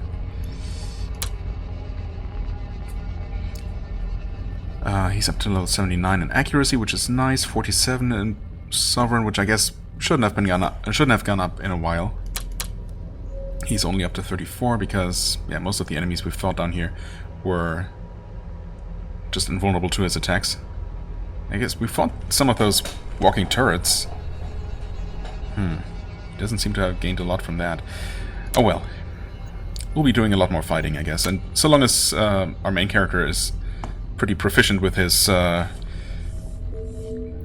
infinite ammo, pretty heavy-hitting range weapon, then, you know, that should probably be all I need. Yeah, anyway, I think I am just going to end the session here. As I said, I'm gonna probably continue playing. Let's see. I suppose I have some room again, huh? I made some room, so I could take most of these things, if not all of them, with me to the surface if I actually do decide to exit this place and not, you know, look up some sort of walkthrough or map to see if there is some kind of way to open these doors and or if whatever is behind it is worth it. I mean, this is one mystery, but there doesn't seem to be a lot of room behind it, so I don't know what could even be past that. I suppose just a small chamber with some weapons, if it really is the armory. No, wait, the armory was the thing upstairs. Never mind. Mixing these things up already, because I guess I'm getting tired again after over 2 hours of recording this and this somewhat mind-bending maze mapping. Anyway, yeah, not sure what could be behind that. Some sort of reward, and my best guess is that it actually does have something to do with the couple of switches and levers that I have that I have not observed any obvious effect for, right? Some sort of combination of having them activated, not activated, maybe activating them within a certain time of each other, all kinds of possibilities. I mean, that all basically seems way too complicated and not indicated by absolutely anything, as far as I can tell. So, I don't know about that, but I'm not ruling it out. It could be. But yeah, the much greater mystery is the one inside the spire with that one door. So, you know, maybe I'm actually just gonna look it up, because as I said, any hints are definitely welcome, but I won't see them until, I don't know, 2 weeks from now. So yeah, maybe I'll just cave in and take a look, and depending on what I do, I suppose I'll probably carry all this extra stuff to the surface, and or even put it with the rest of my stash. Maybe even take the time to relocate my stash somewhere more useful, although I guess I haven't really found a more central location I can actually enter, so I guess I'll wait on that. But I might actually carry the stuff at least to the surface of this area, so it's a little bit more accessible than it is right now. Yeah, that seems like a solid compromise, I guess. And either way, we're going to probably continue our adventure, well, either by taking a look beyond these secret doors here, these mysterious doors, or we're gonna resume our adventures on the surface, and I guess just keep checking out more locations and see if we can maybe actually find some sort of clue as to our main quest. Not that I really care too much about that, of course, because just exploration, exploring for its own sake is good enough for me, but, you know, we will see. I guess I don't need to do my usual outro either, because I'm going to continue this episode, so I will just see you in a few moments. Okay, and I am back. You might notice that we are no longer in the anthill area, whatever it was actually officially called. So, I did try looking up. Well, I didn't look specifically for a full walkthrough on purpose, because spoilers. But I could not easily find any maps at all. I guess the game is just not popular enough to have maps for, well, I couldn't easily see, just in Google Images results, anything that looked like annotated maps for the game, let alone maps for every single area. And I tried looking specifically for, you know, locked door in name of the area, and I couldn't find anything. So, yeah, I guess there's just not a lot of info out there. And, you know, I'm okay with that. Either I missed something, or there are just alternate things I could have done, maybe bringing different people, because I'm sure there are more than these 3 characters, or these 2, I guess, that you can recruit. So, yeah, maybe that makes a difference. Maybe I could have done something differently. I'm really not sure. But ultimately, it's fine. G is not how you open the inventory. Okay. Good to see that that hasn't changed. That's just gonna keep happening from now on. I should really unbind that key, but whatever. I guess it's not a big deal. Right, as you can see, I have cleared up a lot of inventory space. Well, a lot more than I used to have anyway. I guess I didn't drop a lot of food, yeah, or healing items. Citrani still has a bunch, but that's okay. I did keep all of my explosives. In fact, how much do we have here? Much more. Okay, another one of those things, and... okay. 4 bottles. What determines the order? Is it the order you drop the stuff in? No, that's not it. Who knows then? I don't know. Yeah, I'm gonna leave these things here as a reserve, I guess, and because we definitely have enough with us right now. I did drop the sling and ammunition and the additional quivers of bolts right here, and I guess, yeah, here I put a bunch of these mana items. So, yeah, I think we should be good to go. Good to go somewhere. Yay, exhaustion. Now, from here, unfortunately, yeah, this is really probably the single worst place for a stash, because it's just that far away from everything and only connected by a single road. But that's okay. So we have been there. That's where we met Kalka, I believe. could just head down here to somewhere we haven't been before. Right up there's the ruin, of course. Well, yeah, this is where we met Zuni. Okay, we could have gone to all kinds of places from there, but well, there's something here. Ooh, that looks pretty big, and it is a location with a question mark, even. Makes sense, I guess, for how important it looks on the map. The path is now more difficult. The clerk is walking through a patch of uneven terrain for a while now. Stones of all sizes litter the trail. The largest of them are 2 stories tall. The path slopes down, bumpy with edgy cobbles, while on the left and right of it, treacherous sand gulfs closed by rocky pillars promise an easy passage. Really? Why, do you have doubts? Citrani knows better than to put feet on the soft terrain there, where he would be backwashed and swallowed by the quicksand, and yet he's puzzled by the strange, secluded environment, a peculiar corner of the desert, and still very dead like the rest. He summarily walks on, slowly, as the horizon on all sides rises, and he approaches the center of this outlandish valley. My cat is going crazy, don't worry about it. Citrani becomes slowly aware of the men looking at him, who, keeping some distance, are hiding behind the stones. Oh yeah, well, I did not even actually see them at first. His stomach a knot, he realizes too that whoever they are, they have given him enough time to proceed to the middle of their valley to discreetly cut off his retreat. Well, thankfully, there's not just Citrani, but 3 of us. Better stop here. Soon a voice hails him. Ho there!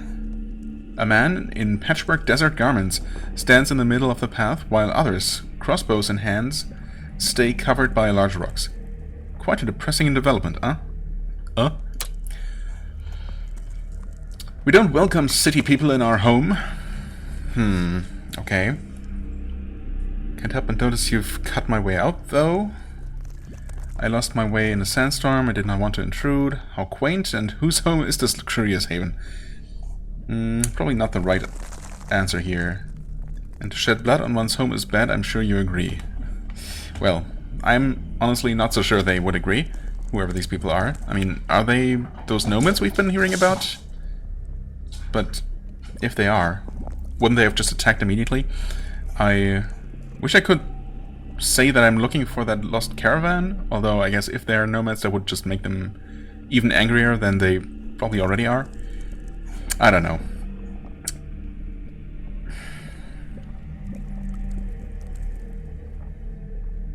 Well, let's try to go with number 4 to avoid bloodshed.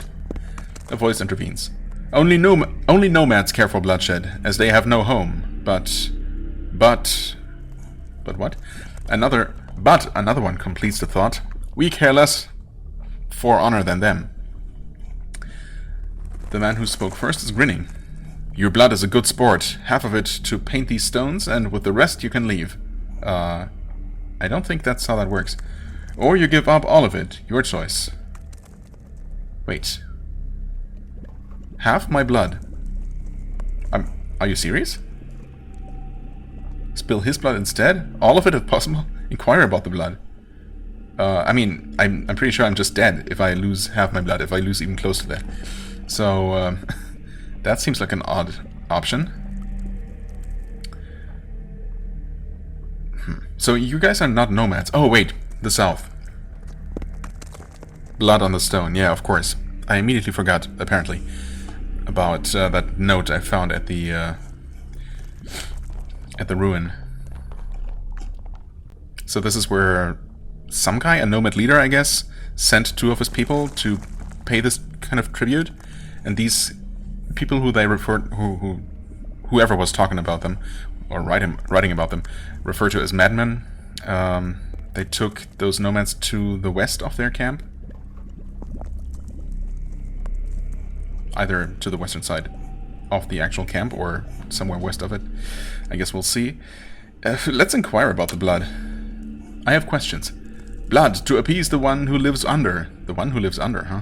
That grants us refuge from the winds. The man looks certifiably crazy, no questions there. And he's starting to close in on him with the rest of them. You mean on me or on Citrani? I guess the game does not talk to the player directly, but talks about Citrani in the third person. Okay. Okay, Blood, let's see the color of yours. And now my only option is to attack them. I kind of wanted to see what would happen if I allow them to take my blood. Just for fun. Hospitality among the desert people being what it is, the situation does nevertheless degenerate fast. The first crossbows volleys fly above Citrani's head, missing him completely. The men still surprised by his attack. I mean, he didn't attack, though. Okay. Quickly they jump back, trying to gain some distance. Unless that, you know, kind of innocent question about blood was intended to be just a distraction. But the game didn't mention that he, you know, asked a question and at the same time pulled out his own crossbow that he technically doesn't even have. And whatever. Look at me again trying to make sense of this nonsensical game, at least as far as the dialogue goes. Quickly they jump back, trying to gain some distance. The ones who spoke, though, meet the clerk with blades in hand. Fight and watch for missteps. Yeah, my own missteps. Where are we? Okay. Okay, rogue crossbowman. Oh. What's my button again?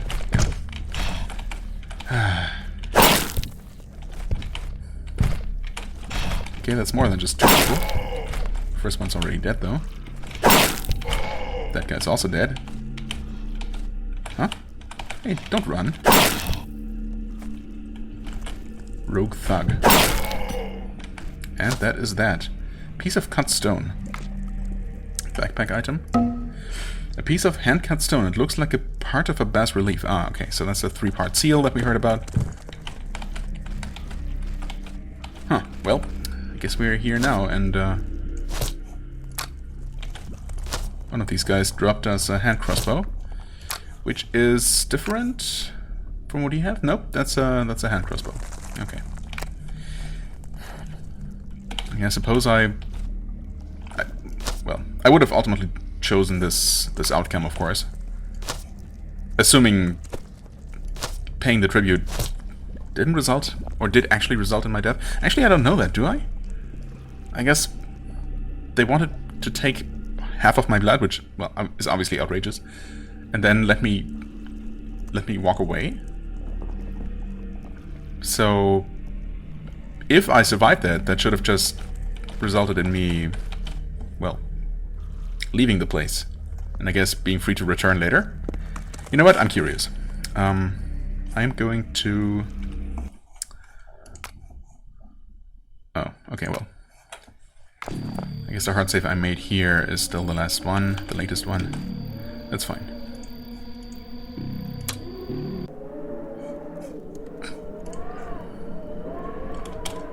Come on. Slide a little bit faster.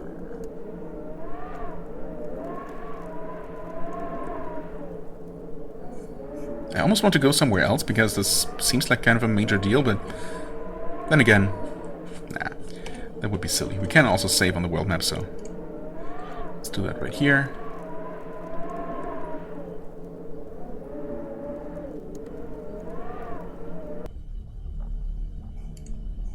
Really? Continue.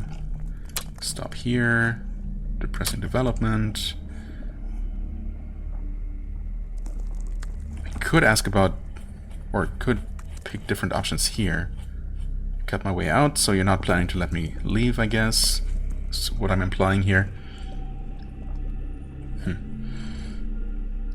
This is a very blatant lie, and they're gonna know that there wasn't a sandstorm. Or something. Now let's pick this again. Submit to the tribute, I guess? Yikes. 4 men rush to the clerk's sides, grab him by his arms, and drag him to a large stone slab, dark with stains of dried blood. Citrani's wrists and ankles are being tied with a heavy rope among the cheers of the little crowd of madmen, while the one who hailed him earlier lifts a curved, short knife above their heads. You're messing with the wrong guy. Am I saying that? Waves of panic wash over him as the clerk frantically searches for ways out of this unwanted spot, finding none. His companions are just watching, I guess? Then, his vest removed and his torso laid bare, the knife proceeds to painfully carve a red trail of pain on the exposed skin. Citrani passes out. Continue to bleed, that is. Well. Citrani's consciousness comes and goes. He's barely aware of the pool of blood, his blood, that much he knows, collecting at his feet and seeping away in the soft sand. At some point, the pain diminishes, and clouded in the heavy black of feebleness, many a hand grab him again and support him to a burrow lined with cloth, where his wounds are attended and he's left to rest. Okay.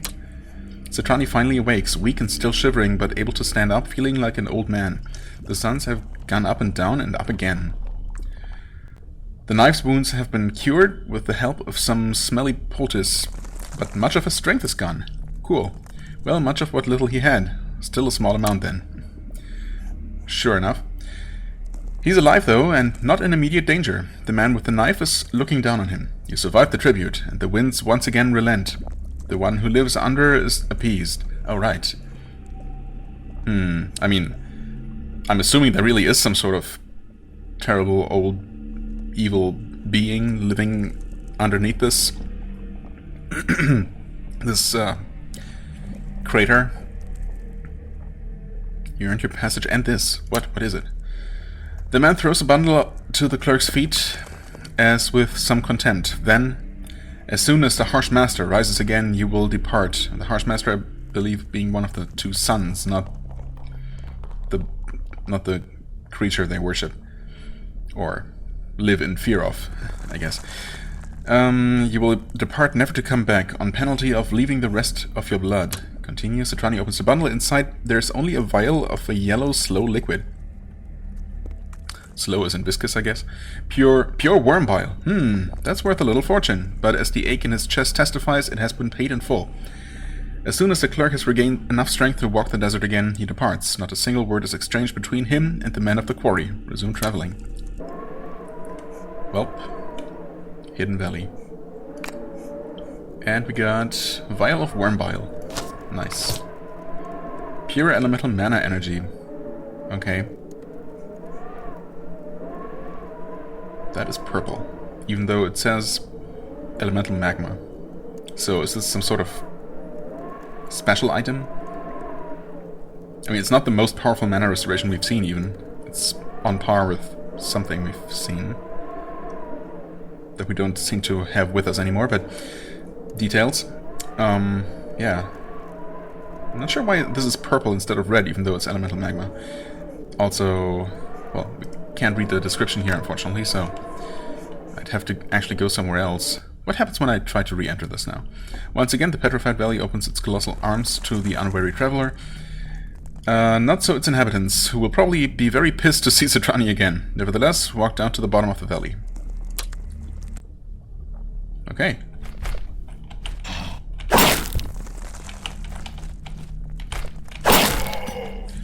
Now, hold on just a second.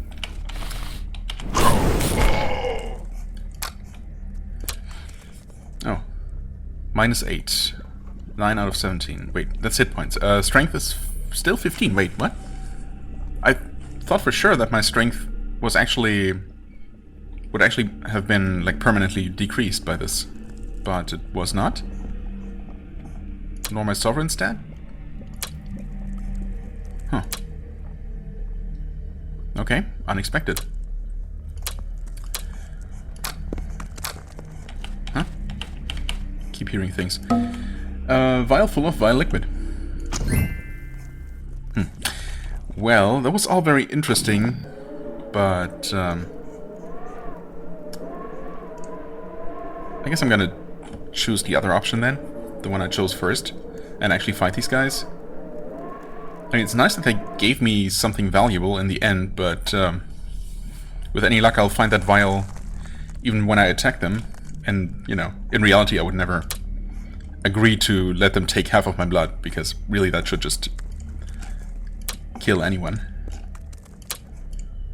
Apart from being extremely painful and, you know, also illogical, because what about my companions? Why aren't they even mentioned? It's kind of... nah. Okay. Hey, I'm still tempted to maybe try this option here. Sure, let's try it. The speaker seems thoughtful for a bit. What do you have in there, city man? Pointing to the clerk's provisions. Knowing that this can turn ugly very fast, Citrani weighs his options. Okay. Comply with the search and try to barter a way out. Appeal to circumstances and honor between desert people. To hell with caution. Let the blood do the talking. Let them search my bags. These are all intriguing options. I really should just stick with the one that I chose first, instead of, you know, trying absolutely everything and then ultimately picking the most favorable one, but I'm just curious. Let them search. The city man wants to barter. He wants to use his slippery tongue to buy his needs at a bargain price. We expect that of you, unworthy one. But your blood is worthless too, and that alone makes you a waste of our time. Worthless seems harsh now. Citrani debates between himself if he should take that as an insult for a compliment, but his rumination is cut short when the man continues. Instead of your blood, we will take all that you have, except what you carry in your hands. That's the price of freedom, city man. Laughter bursts around Citrani as he's unwillingly unburdened of all his properties. Don't you feel enlightened already, city man? The clerk is too powerless to fend off the robbery, and the only thing that he can manage at some point between the pushes and pulls of the many hands is a faint protest. I demand a receipt. Why not, says the man in charge. Take this as a receipt and a remainder. Remainder or reminder? He throws a little bundle to his feet. Take it. Better than nothing. Soon the despoiled man from the city is left alone by his tormentors, and prepares to leave the greedy valley. Not that there is much to prepare. Having an afterthought, Citrani finally takes the bundle and opens it. Inside, there is only a vial of yellow, slow liquid. Pure worm bile. Okay, so that might actually be important if there are at least 2 different ways to get this. Presumably a third one if I just kill them for it. That has good value, but probably not as much as what he just lost. Yeah. I mean, I suppose one way to handle this with, you know, with knowledge of what is going to happen, or with the knowledge of what just happened, in this case, would be to just dump everything, leave it elsewhere, and come here basically naked, or just completely naked, and let them take absolutely nothing. Would be funny if there was actually some sort of specific dialogue for, you know, for the case when the player comes here with absolutely nothing in the inventory. Although I don't know if I trust the game that much, if it doesn't even mention my companions, you know.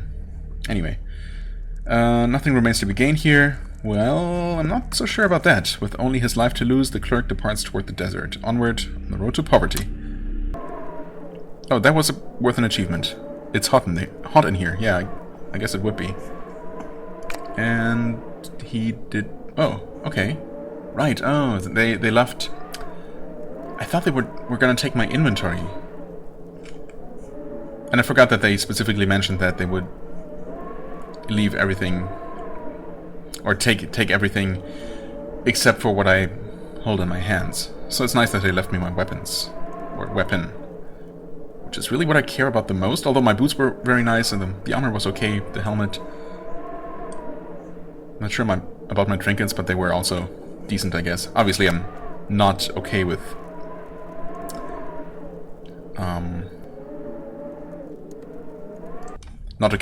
just losing all of this.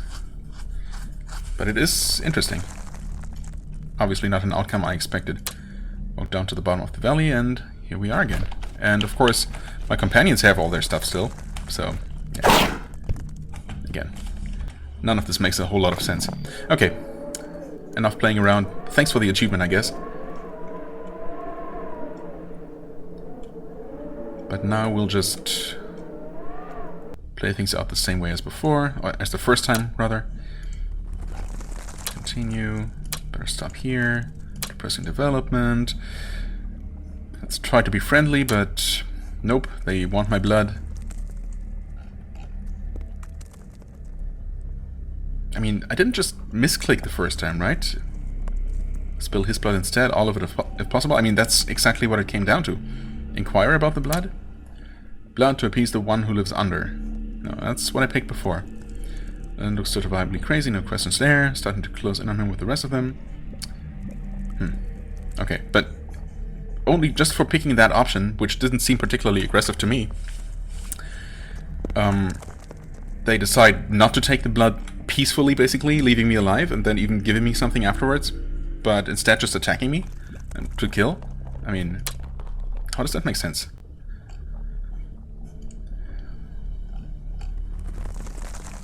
Yeah, I mean, I don't see how things went from the earlier text to this one, when suddenly people start shooting. But it's okay.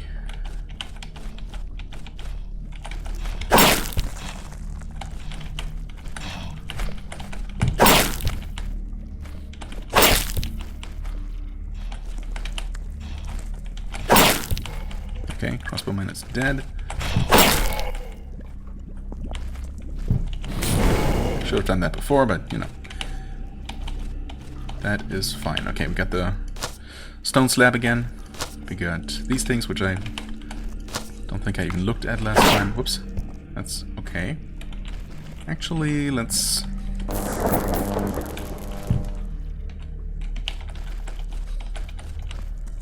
Oops. Not what I meant to do.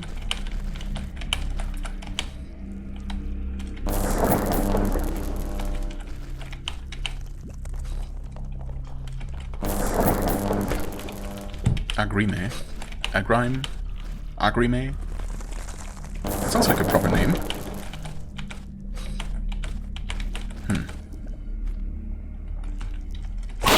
Oops.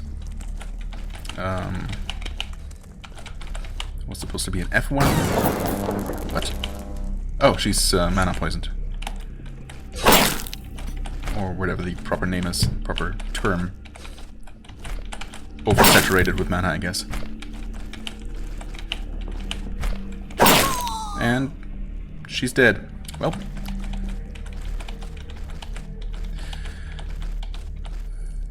Okay. Seems like we're alone for now. Yeah, these are just the same type of shoes that we have seen before. In fact... No, right, she did put on the ones with extra protection. That makes sense. Hand crossbow, Agi +1. Oh, 0.6 seconds cooldown. Okay, that shoots pretty quickly. Okay, keep hearing these background sounds here, which I guess is just sand and or gravel being moved by the wind. Yeah. At first it sounded, you know, ominously like maybe something moving near me, but I guess not. Okay, yeah, hand crossbow. Well, we have one available whenever we need it. Actually, oh, you know what I forgot? I totally meant to stash these things here, and I guess the extra Zot as well, in my, well, stash, because I'm not sure about these, or I am a little worried about these seemingly limited party inventory slots. Carapace of a colossal sandcrawler thing? Okay. And the remains of some humanoid bodies. Nice. What is this? A niche? Something looks like it's missing here. My powers of deduction are awesome. Something looks like it's missing. Oh? Interesting. Oh, I cannot take that out of there. Huh. Description still says that something's missing though. Or does it? Yeah, I guess I'm just repeating the same two messages.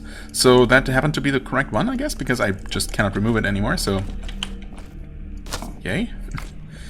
Bronze short sword. 3.1 DPS? Because it's so fast, I guess. Agi +1. That's pretty good, actually.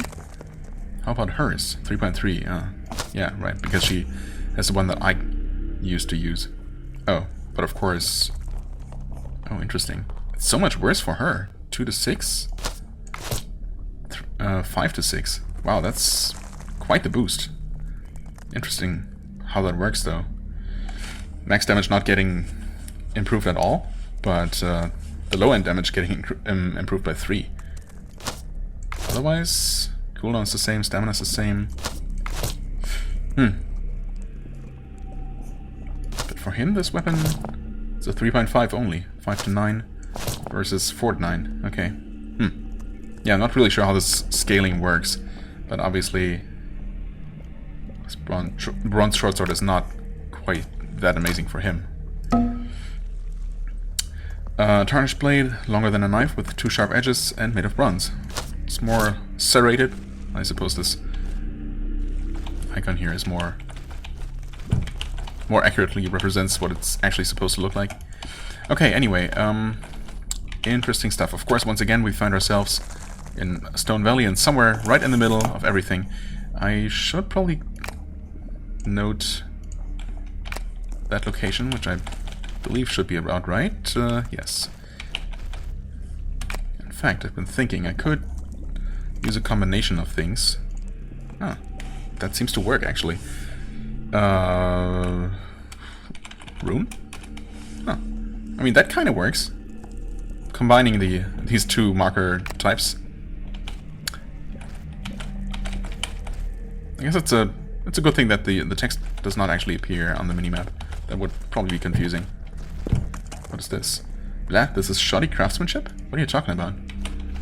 I wouldn't call that craftsmanship. More like art. What is this? Okay, nothing. Well, I guess once again I'm going to just start exploring this place, killing more of these cultists. No, well, I guess not really cultists, just madmen.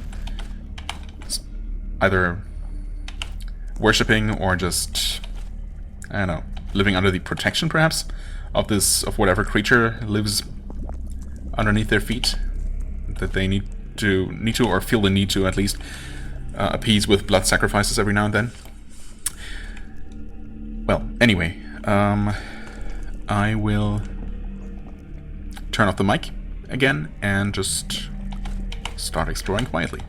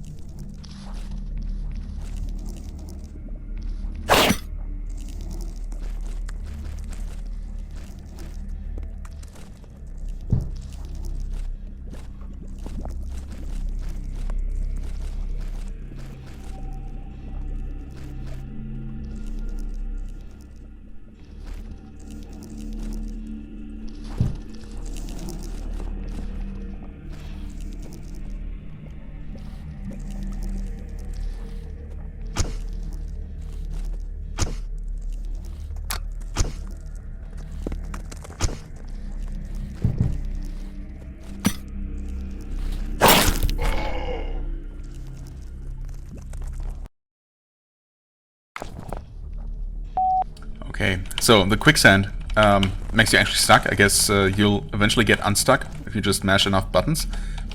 I thought it also started dealing damage to me after a while, but apparently that was just some crossbowman who snuck up on me and who should theoretically be somewhere nearby.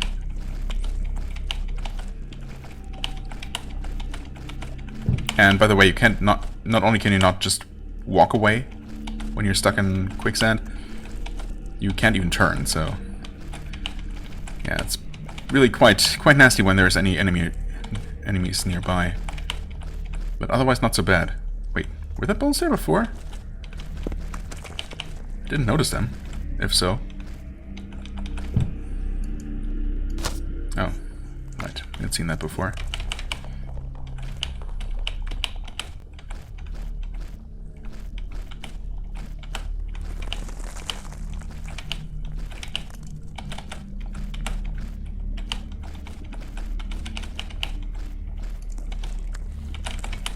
That might be the guy. But who knows?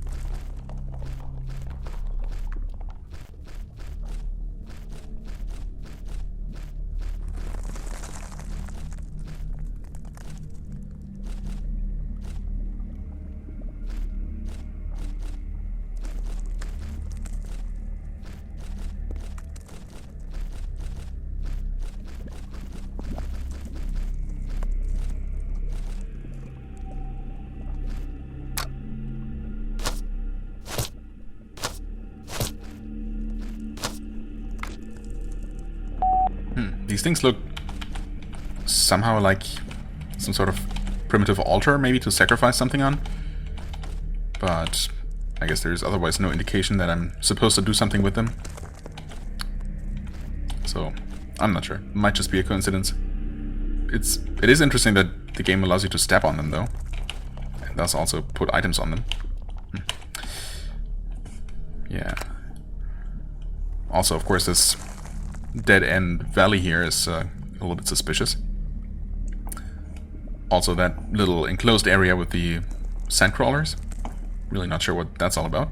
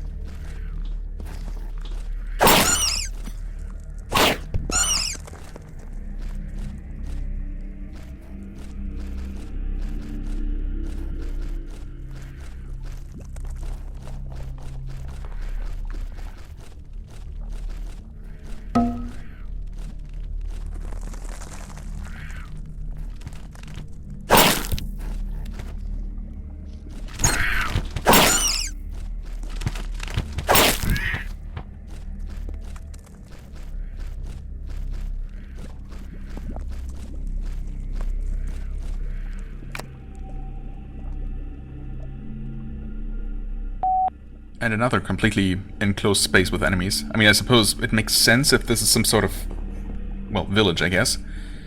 I mean, I suppose that's what it's supposed to be. Suppose, whatever. Obviously there are all those little huts around that we can't interact with. There are surprisingly few inhabitants. And it is a little bit annoying that I cannot actually, you know, kill their livestock for experience, I guess. But oh well. Yeah, oh well. Also, what's really unfortunate is the abundance of spiky shrubbery. Oh well. I guess that's just something I'll have to live with in this entire blasted wasteland.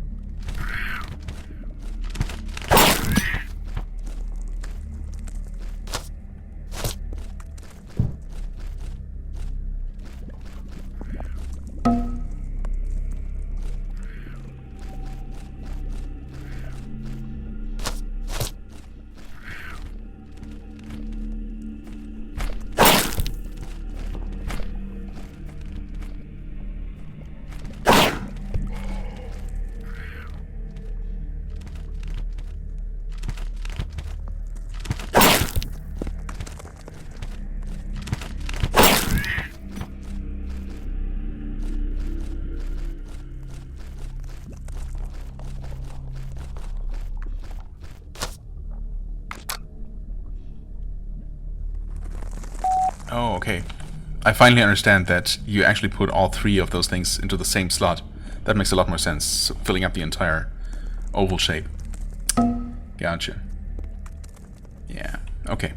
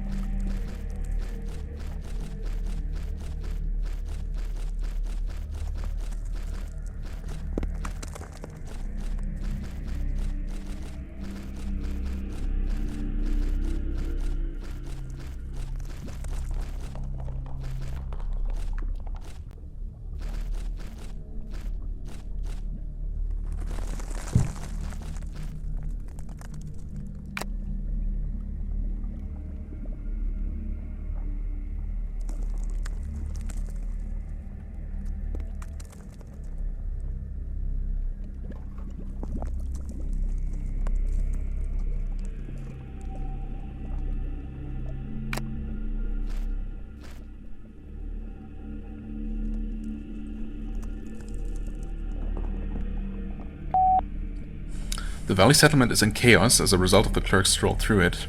Okay. I kind of suspect that it was already pretty chaotic before, but maybe it's time to say goodbye? No, not quite yet. Now, I did of course find this button here and pressed it. But I can't help but notice that I have not come across anything resembling a door. Unless... wait, did those... no, surely this large unexplored area here, south of the aviary, that must have had all those different entrances. I know that the large, or what looks like an entrance, I guess, those might all be, or some of them might be dead ends that I just haven't fully mapped out. But at least a broad opening there was definitely there before, but all those others? I don't know. Doesn't seem like that little sandcrawler pen opened, or the aviary for that matter, so... or anything at the bottom, the end of that dead end. That's still a dead end, so yeah. Well, hopefully we'll come across some sort of open door somewhere.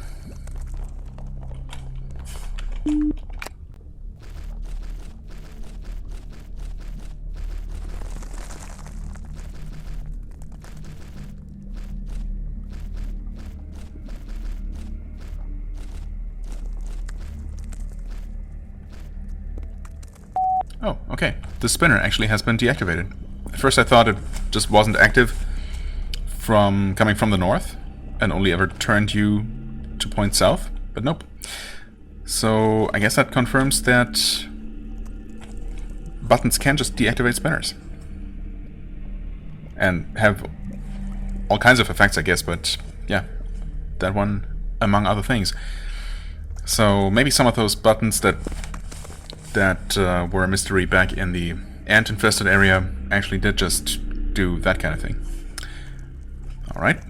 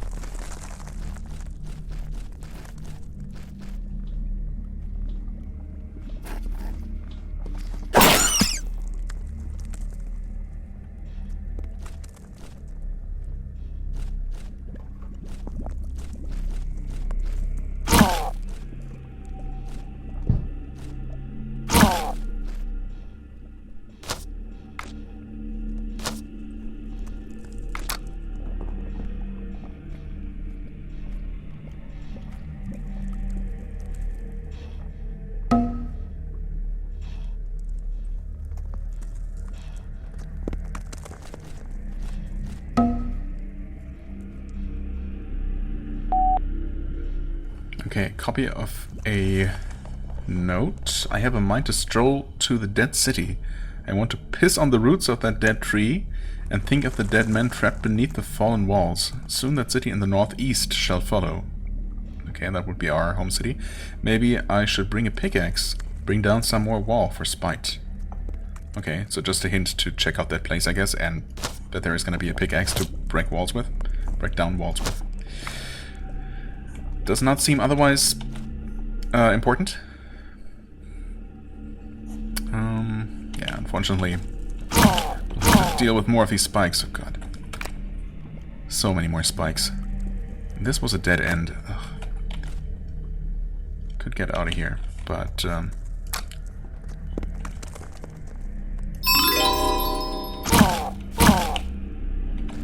okay. At least there are healing items to make up for the damage.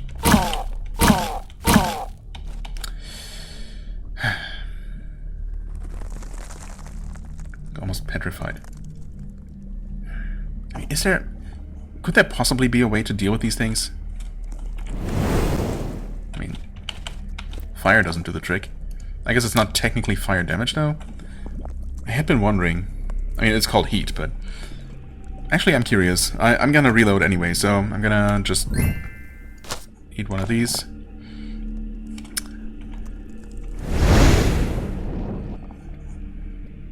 Yeah, well... no such luck. And obviously just attacking doesn't do the trick. And, yeah. Well.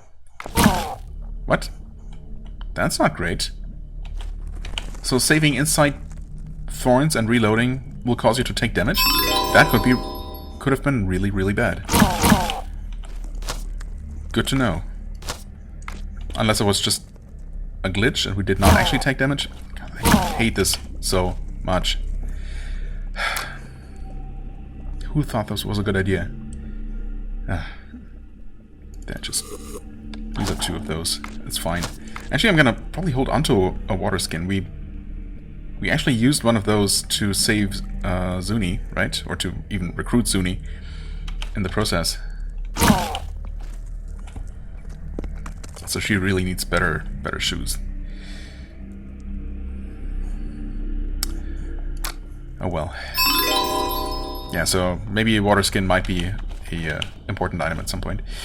So I'm gonna hold on to that. Yeah. Otherwise, I guess health is fine. Enemies here are pretty harmless, so long as there's enough room to maneuver around, and yeah, avoiding damage from those has not been a problem. These constant thorns, though, are a different matter. Oh well. It seems like that's all there is to this northern section. I guess next I'm gonna try to find a way into that large unexplored place. Shouldn't be that hard. We can also insert the second of the 3 rune pieces, and hopefully the last one is gonna be found somewhere in the south.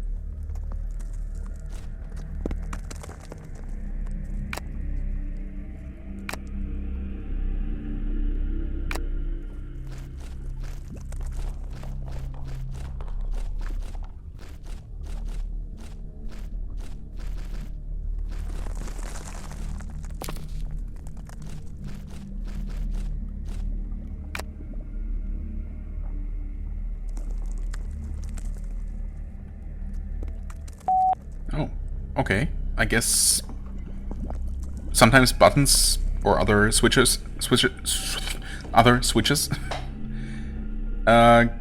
can just make solid walls disappear. It doesn't have to be officially marked as a door. Okay, unless the map is lying to me, of course.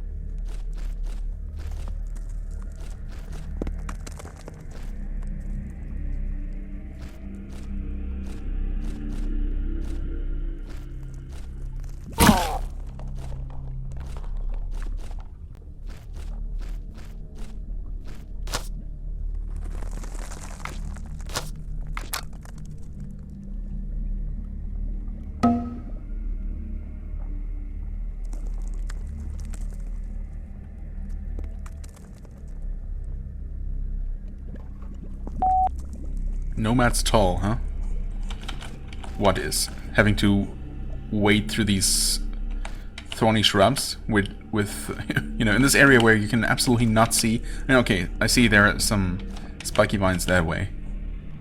But that's gonna be blocked, right? So that over there is a dead end. So I have to step onto these here. Again. Okay. Here we're good to go. We can step on this. That is blocked. I think, well, there are some more spikes that way. We should be able to step there and get out. That way there's an illusory wall there. I can see that. I can could step here and hope to make my way around that way without taking damage, but I mean there are just thorns there, I can see that, so... Uh-oh. I'm not 100% sure the tile in front of me is safe. It was, okay. We can step here, and we can indeed go through here. Wow, that was so much easier to see from far away, I guess, because at the time, because of drawing distance, I suppose. Yeah, I mean, basically when I look at this, this does not look like a secret passage at all. But because of the drawing distance, we could see the bright background through this. Yeah, or when you look like this, but with a dark-ish wall behind it, no chance of actually seeing that that's transparent. Huh. Pretty rough.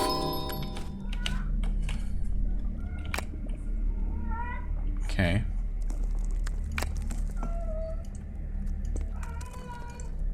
Well, let's mark those. If we ever need that reminder.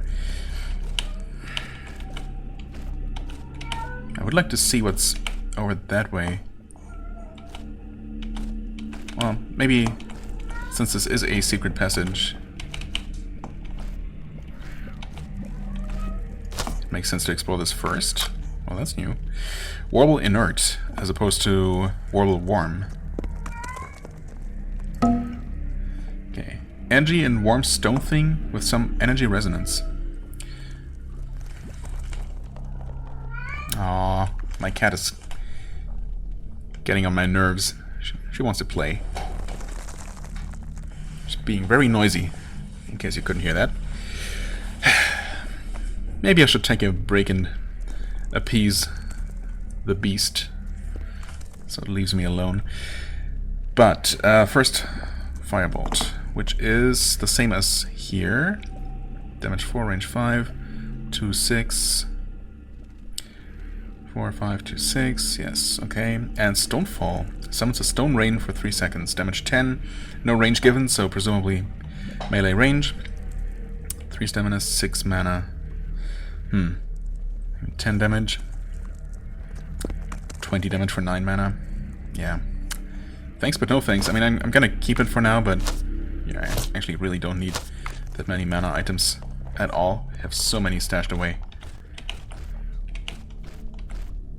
I guess I'll try to keep an eye out for these runes, though. God. Huh. Oh, there's another one of those. Oh. Tricky.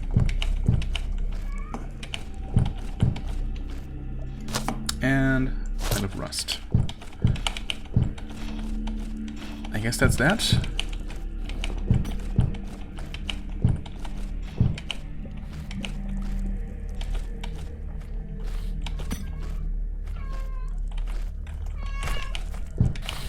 Cat, it's fine.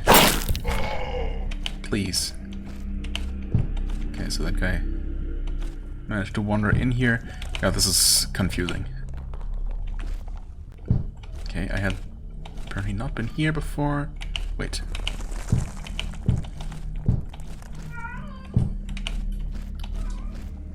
I guess mapping out the entire thing would have made things a little bit easier, but it seems like I've actually seen everything now. Now I've seen everything.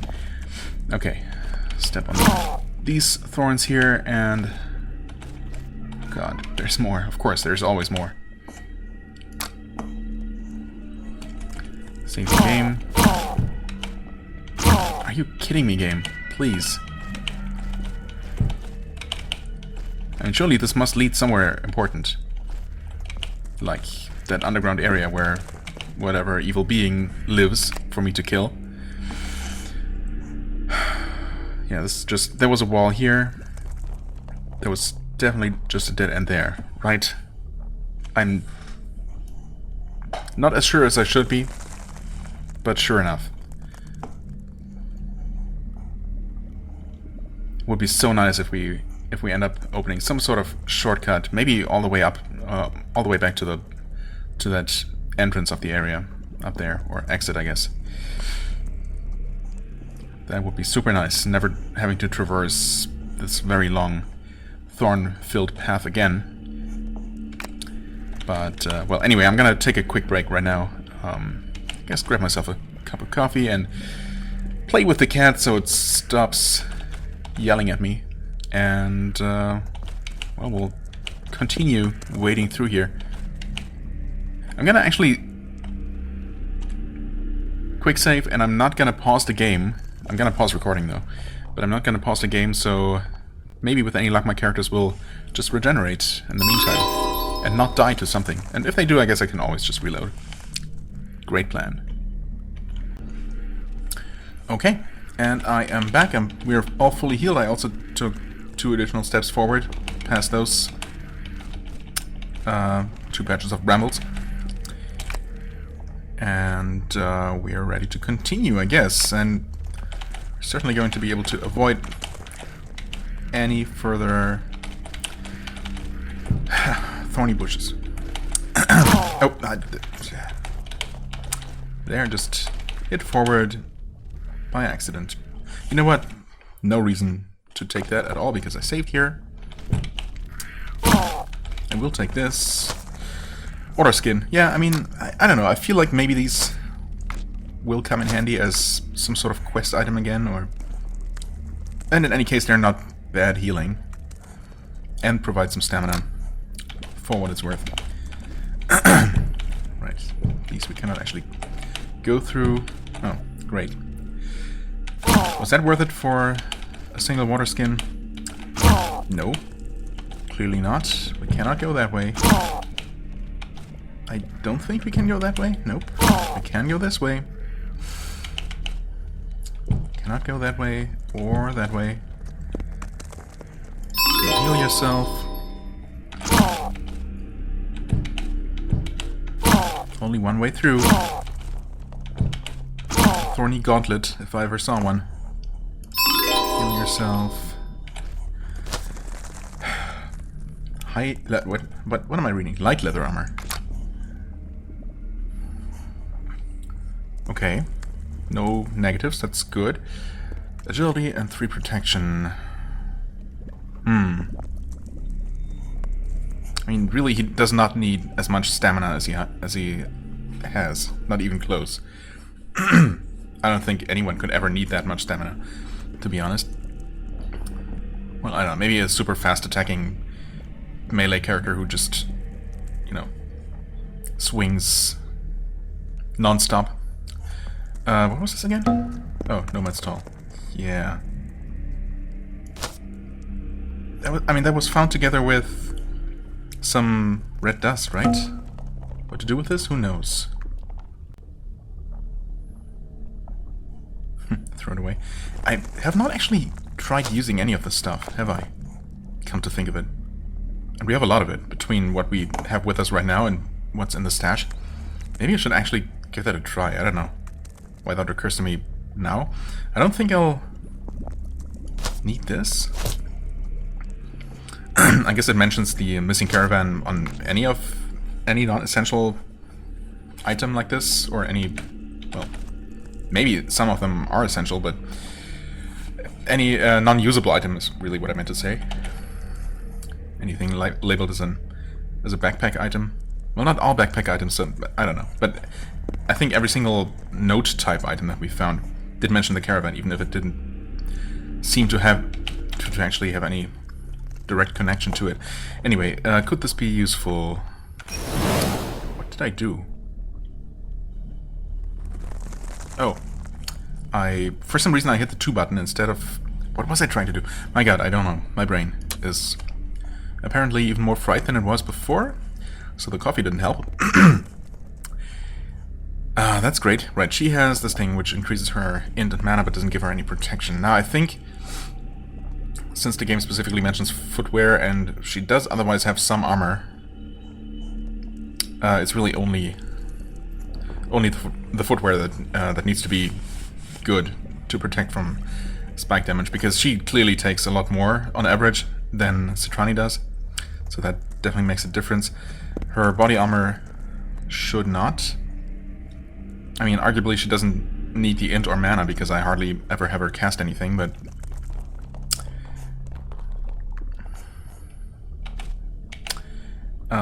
still... I mean, this is not bad, but it's just not needed. Ouch. Okay, another quiver, and that is just a warm warble. I just don't see the need for multiple copies of the same magical item activator.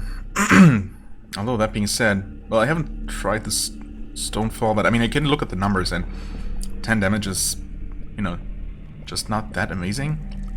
Summons a stone rain for 3 seconds. Huh. If that does actually hit multiple times during that time,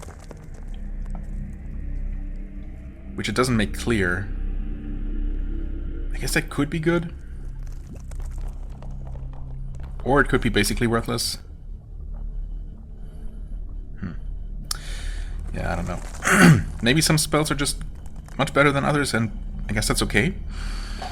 And the thing is, I'm never going to have multiple dedicated spellcasters in my party, right? So, yeah, I think we're good. God, there are so many more spikes, though. Oh, we can stand here. We cannot get to either of those places, though. Guess we'll save here and just continue pushing forward. Trying to make sure that we're not missing anything off to the side there. I think we have to go here. Okay. It looks like we're standing on a bramble patch, but we did not actually take damage from it at all. Huh. I'm gonna go here. Oh, and she died. Really? Huh.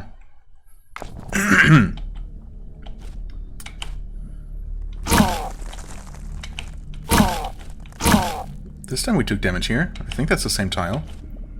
Is it? I don't even know anymore. Okay. Also, this time she didn't take nearly as much damage, I guess. It's just random. I pulled this. Well, I guess she needs that. And some raw meat. I suppose the game is fully aware that, you know, what it's asking of me here. Is that... I can't tell if there's a switch there. Nope. Or, you know, a button. I guess it would have stood out a little bit more if there actually had been one. But, well, I just have absolutely no trust.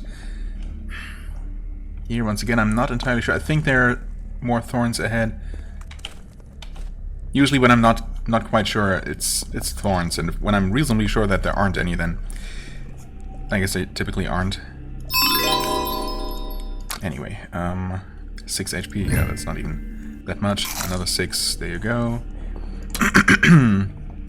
You're actually doing fine, by comparison. God, this is so bad. I don't see any items over that way, so I'm gonna hope that's accurate.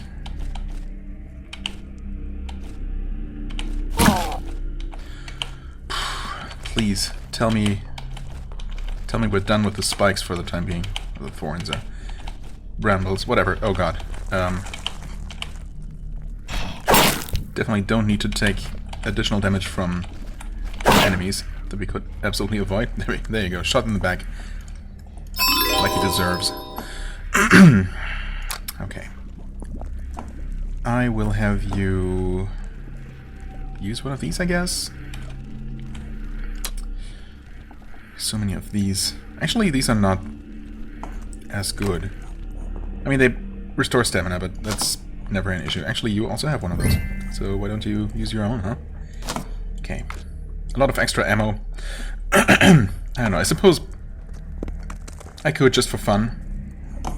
Could you please lose that that sticky tooltip of the first aid kit? Thank you. Just for fun, next time I'm at my stash, which could be a while depending on how long this place takes us to explore, I could just, you know, take some more ammo with me and start using the crossbow. which does deal slightly more damage. And we can always go back to this one. And keep this as a backup, of course. I mean, clearly I'm never actually going to use this bladed staff, so I'm just gonna leave that. I'm also really never going to use a shield. It's just... I mean, that said, I could potentially find myself in a situation where I'm just forced to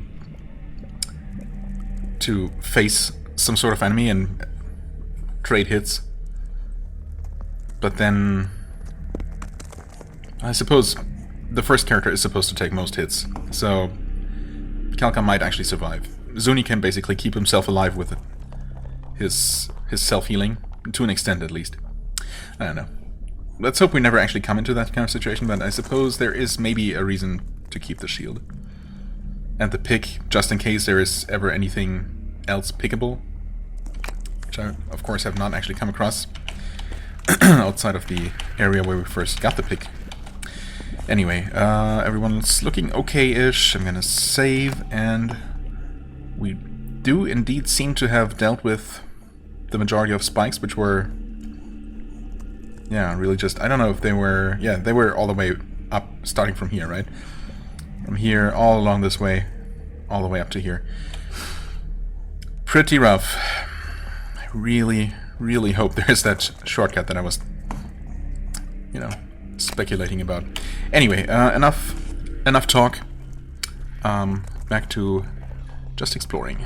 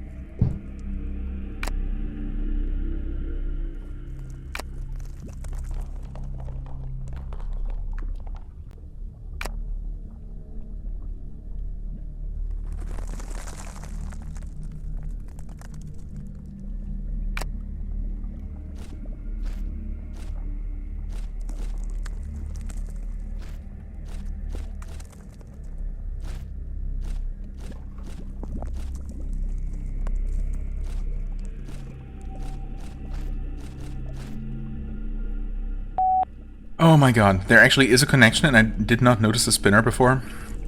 Well, that's extremely silly. That would have allowed us to bypass almost the entirety of this spiky valley, so that one's on me, unfortunately. Oh well. I guess better to learn that now than never. Yeah, there's definitely a connection like this, I believe.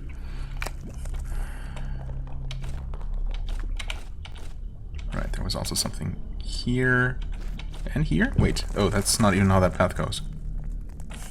Wait, wasn't it? I guess not. Yeah, no. Right, there's a path that way and that way. I suppose the map should at least be somewhat accurate. Not sure about this one here. Okay, so it actually goes something like that. I thought there definitely were more branches. I mean, does it really matter that much? I guess not. Right, there's a way up from here. There's a niche. And here's one. Okay. I mean, I wasn't going to map it before, but now that I know that it's an actual shortcut, and I'm just being stupid, I suppose I might as well.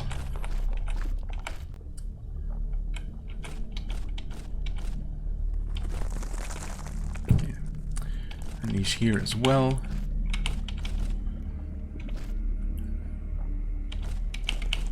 And that way as well.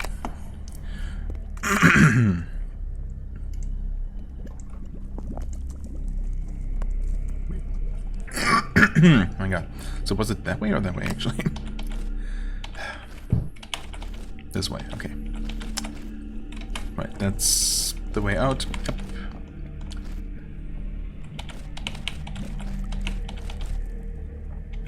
Wow.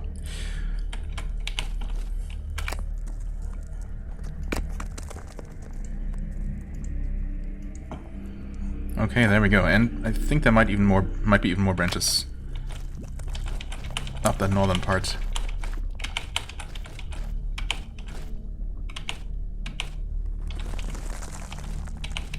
Yeah, there's something that way. Ooh. Okay. Wait.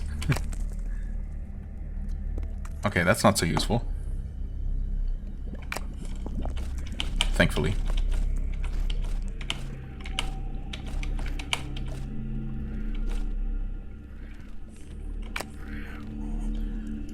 But nonetheless,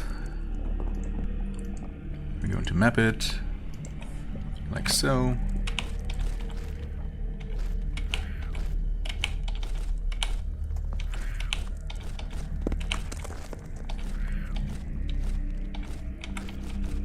Okay. Well, that is it. Going to make getting back, back out of this area a little bit more tolerable. And back in, of course, if there does not turn out to be some sort of shortcut. But, yeah, I still like a shortcut.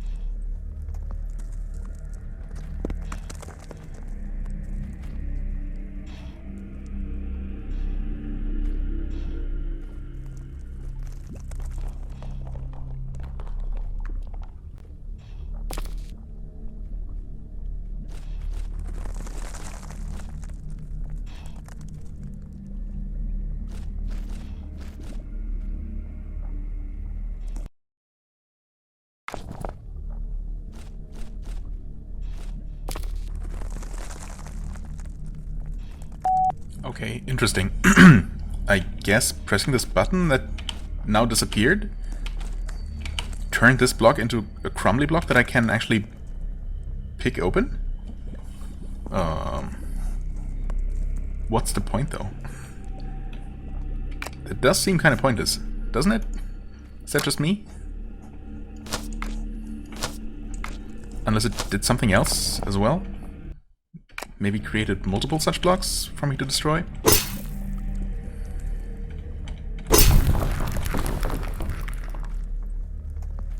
Huh. Thanks, I guess.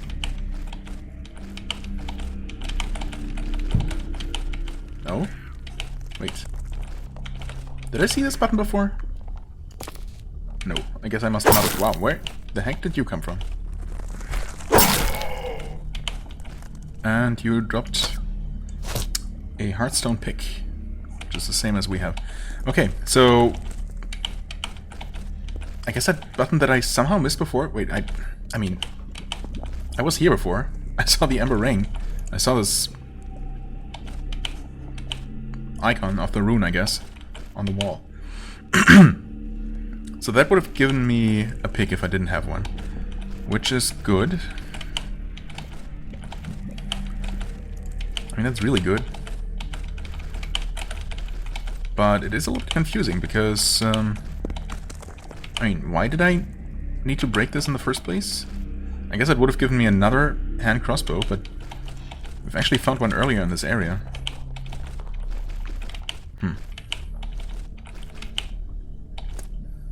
Strange. I guess I'll switch back to my real weapon.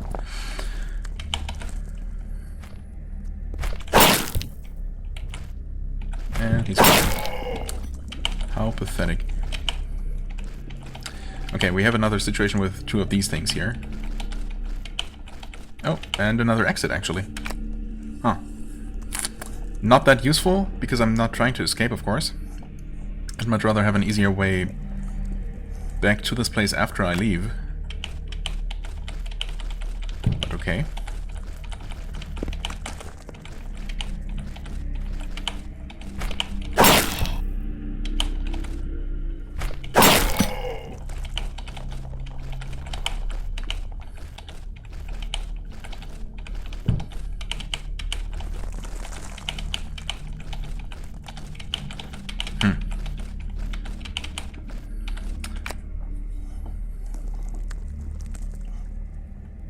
Yeah, okay.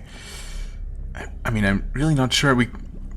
Maybe this... I mean, this button...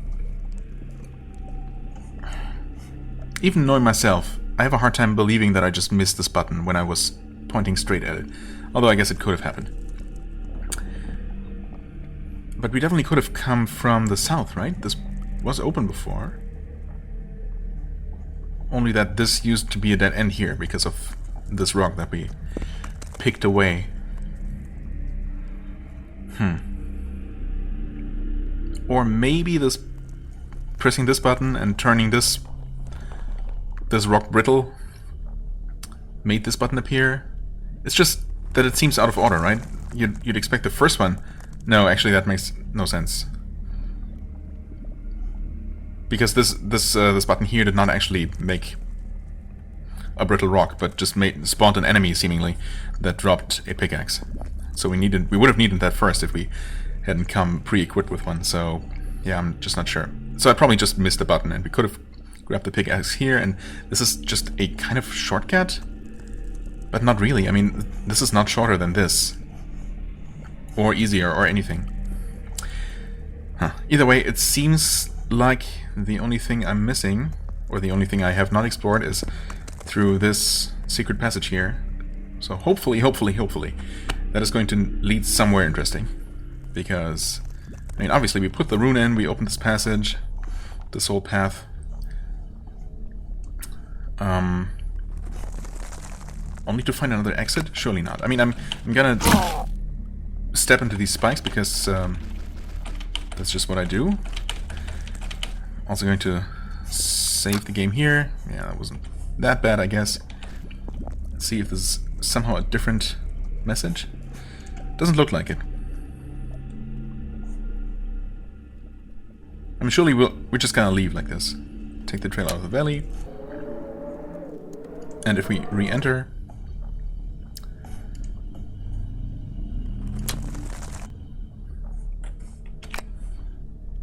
that puts us back here. Oh, really? Well, okay, that's convenient enough. Next test. Is that consistent? Will it always put me there? Because I had a feeling like back in the ant ruins, the game put me in slightly different positions, somewhere in the middle-ish of the area, every single time. Nope, okay, that does seem to be consistent. I mean, only, you know, a sample size of 2, but that's good enough for me for now. Still, reloading, just in case leaving the map does something, changes something at all. Anything at all.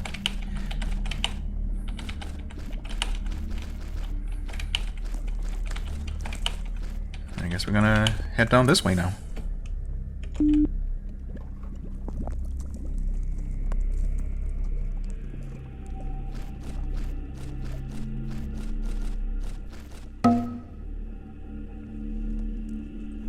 Strange air. That's a good sign.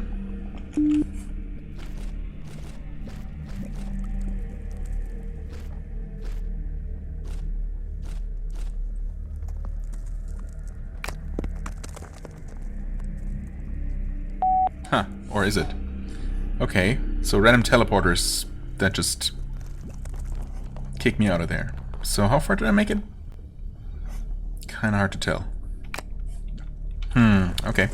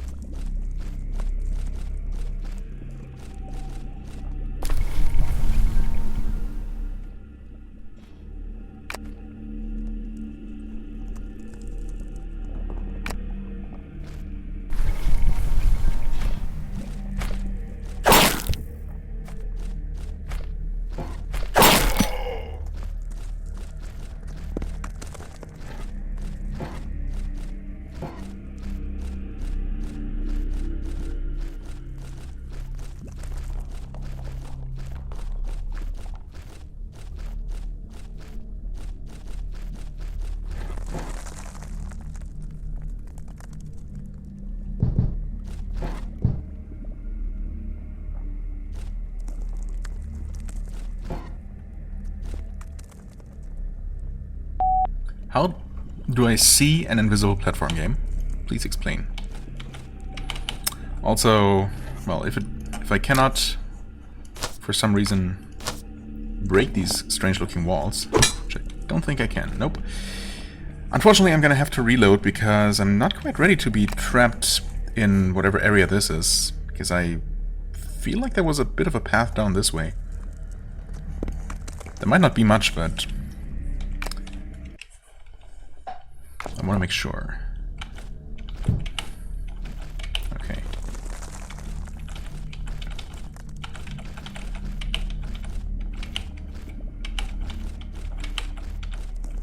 Well, there's definitely something.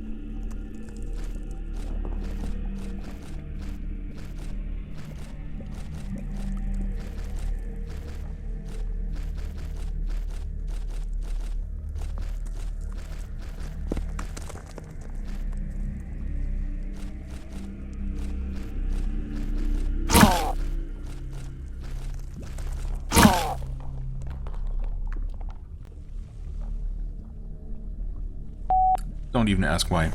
I don't know.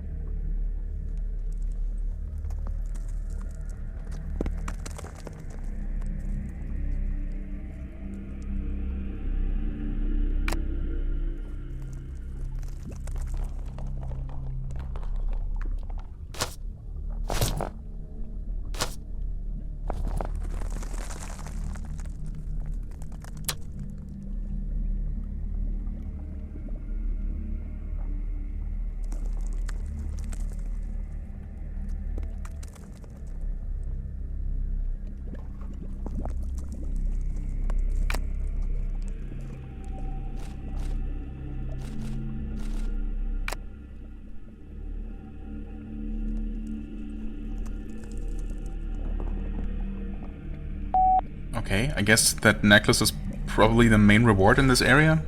Plus an additional Zod rune, I suppose. If you want one. But, yeah, I guess accessories are pretty rare, so I can believe that.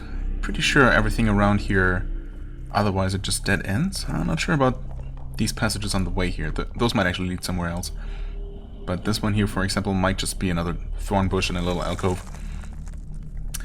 Would be really nice if you mapped more than, you know, one tile in every direction. But, oh well.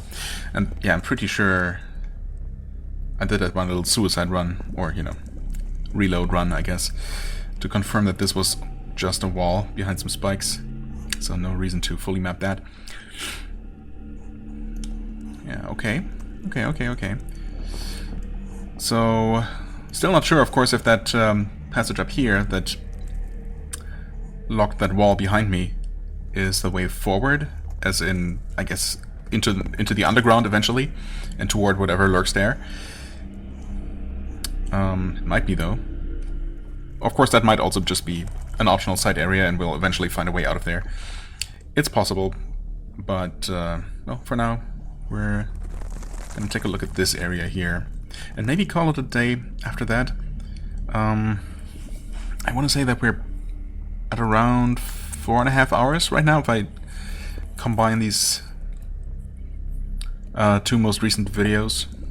I guess I could make it a little bit longer. I guess it is going to get a little bit longer if I do keep exploring. And I kind of want to, so sorry for another long video.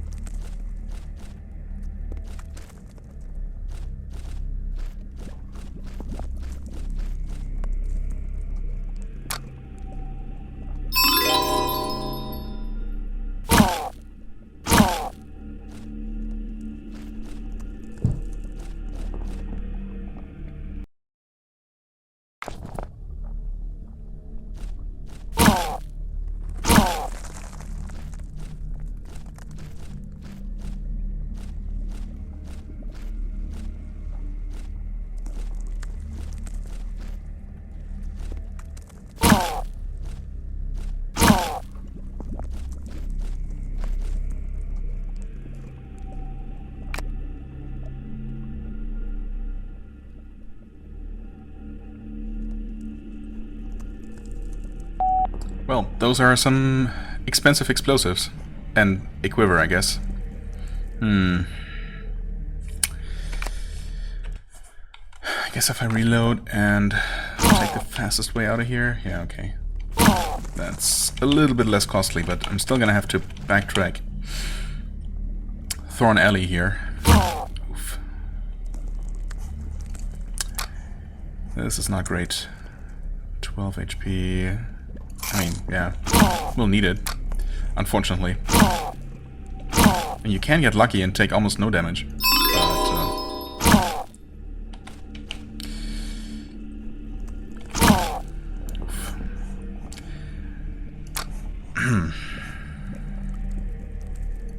Guess use one of those, and she's gonna use one as well.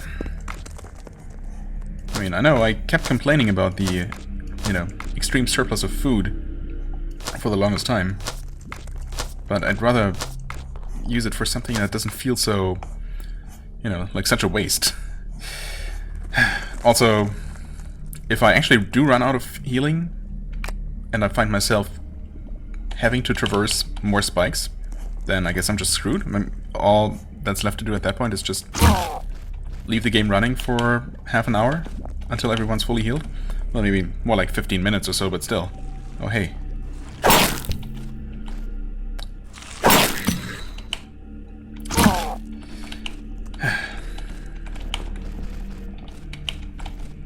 Another pickaxe, that's right.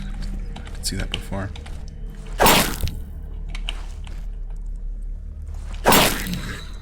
Okay. Oh. Don't actually take any extra damage. Okay, well there's a healing item that I could use immediately or actually save. Since we don't need it immediately.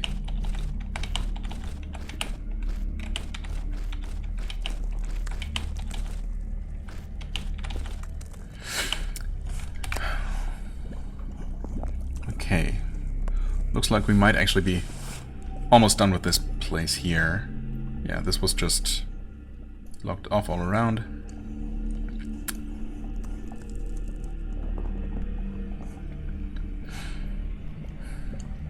Okay.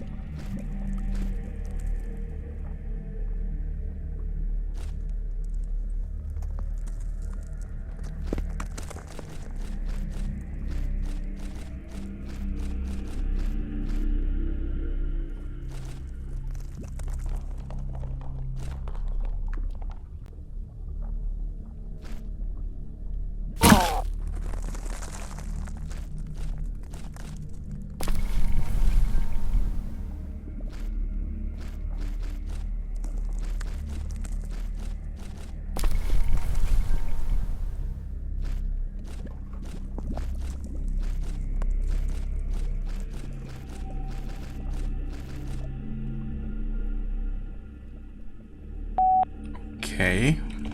Unexpected.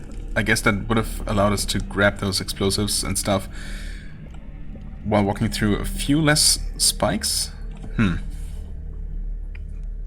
Well, basically bypassing this extremely spiky corridor and stepping maybe on half as many spikes? Huh. Okay.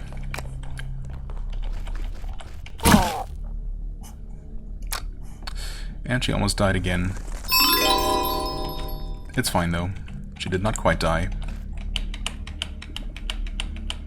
Come on, turn. Come on, turn.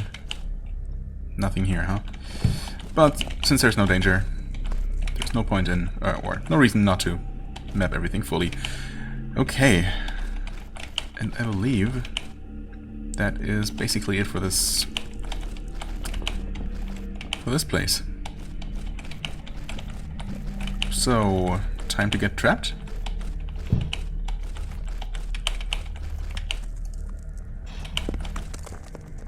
Apparently these walls seem odd even before we make them disappear. I mean, look pretty normal to me. But of course we know better.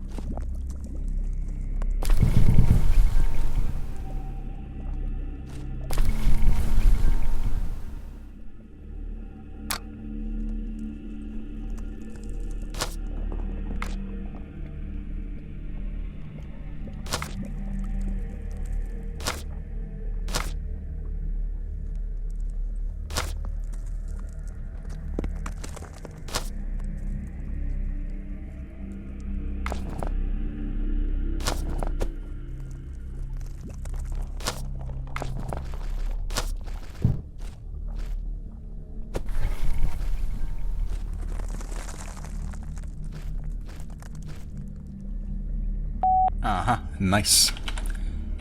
Tricked you, game. Although, well, I don't know, I guess... surely they must be aware that that kind of thing can be done, right?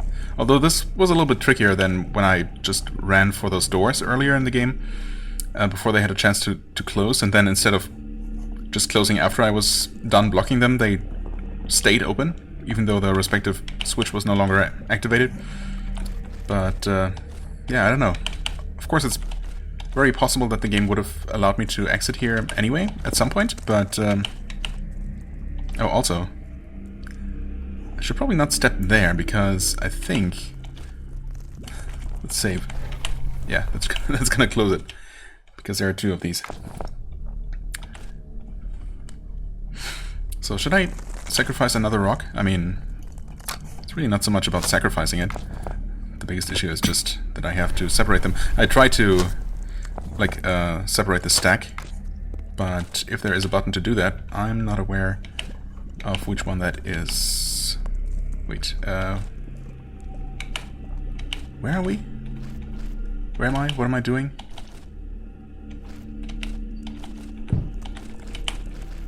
Oh. Hold on. Okay. It's fine. I did not make a terrible mistake. It would have been a terrible mistake either way, but... Okay, yeah, let's just not be silly. Throw that rock. I mean, that's one way to separate them. I guess press the button again. Press the button again. And...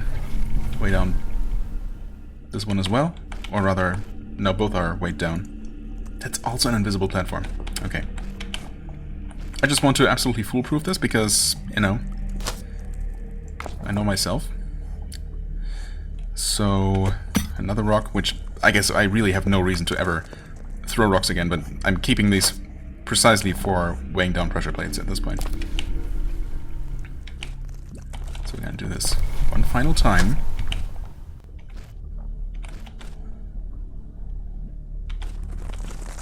Ah, wait.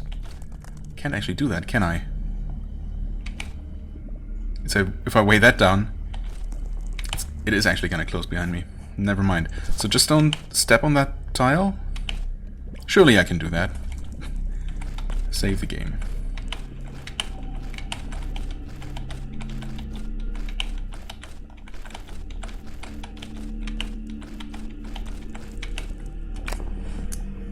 I guess I should probably mark it for myself just so I know.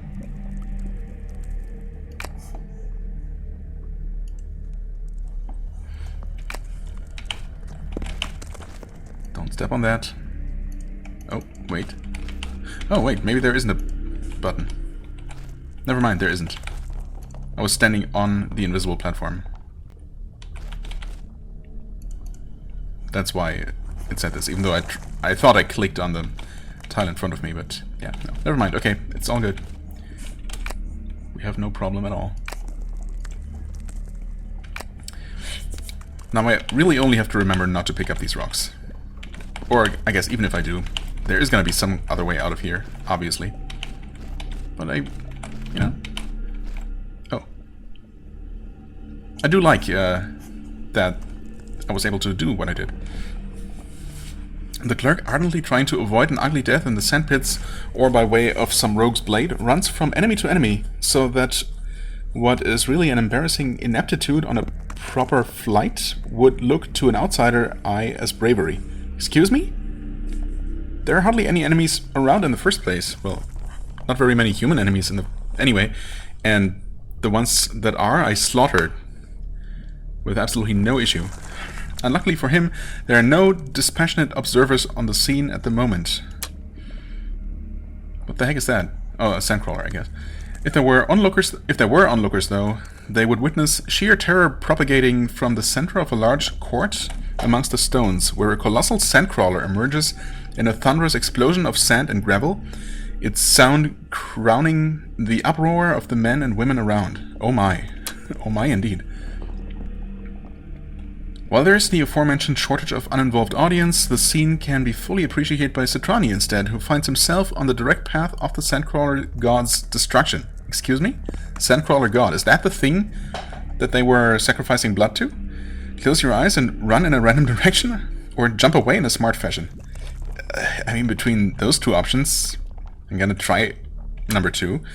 At that moment, his proven inability to control any situation when he deliberately puts his mind on it sets the clerk at tongue-kissing distance with a bloodthirsty abomination. So in other words, if I had chosen the stupid option, probably through sheer luck I would have found myself in a more advantageous situation or something. Give it some sugar, baby. Sure. As Citrani feels once more like he was when trying to become invisible and failing during the student selection for interrogation in school, the fate once more pats him on his back, encouraging him. Come on, son, go ahead. It doesn't bite at all. Any escape is quite impossible at the moment. Don't be agnostic, go kill yourself a god. Right. Whatever you say, game. There it is. The Sandcrawler God, I guess. Whoops.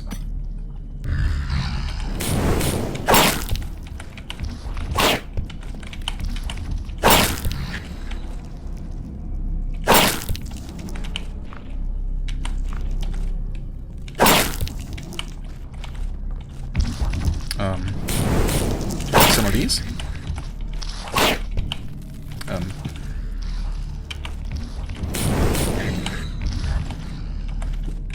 Let's... Why am I so incapable of pressing the right button at the right time? I don't know. Still, somehow I have avoided taking any damage so far, which is nothing short of a miracle.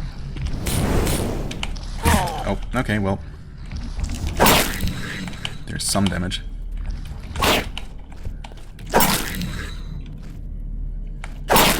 And it's dead. Okay. I mean, for how difficult some of these areas have been to traverse, killing the bosses so far has been an absolute cakewalk? Weird. The enormous beast, untold centuries old, finally falls to the ground after 6 hits or so.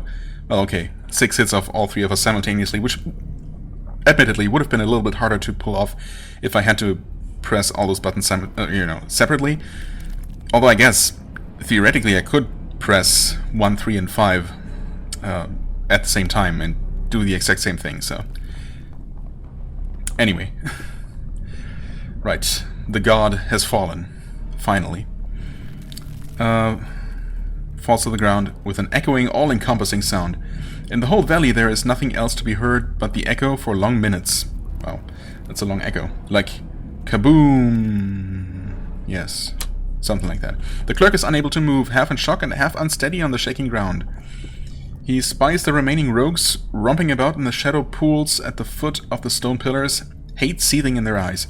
Fear persuades them to take shelter. Their god has been killed. Yeah, but it died like a pro. Oh, game. His ankles and knees feel the lamentation of the ground itself. It shakes and sobs at the death of its ruler, whose ancient and noble majesty was extinguished by the hand of a cowardly bureaucrat. Citrani reassures himself once more that the secret of bravery is never overstaying your welcome and unsteadily rushes toward the open desert. It's not as if it's completely my fault? What are you even talking about? I've found God, achievement unlocked. Found and killed. Great. Okay, at least this time we got stuff, some armor, some actual equipment, and a weapon too, and some more stuff. Definitely better rewards than the Ant Queen, even though the fight was not any more difficult. Well, okay, arguably it was a lot more difficult, but well, I still dealt with it with little difficulty. Wait, wasn't I supposed to get 3 items?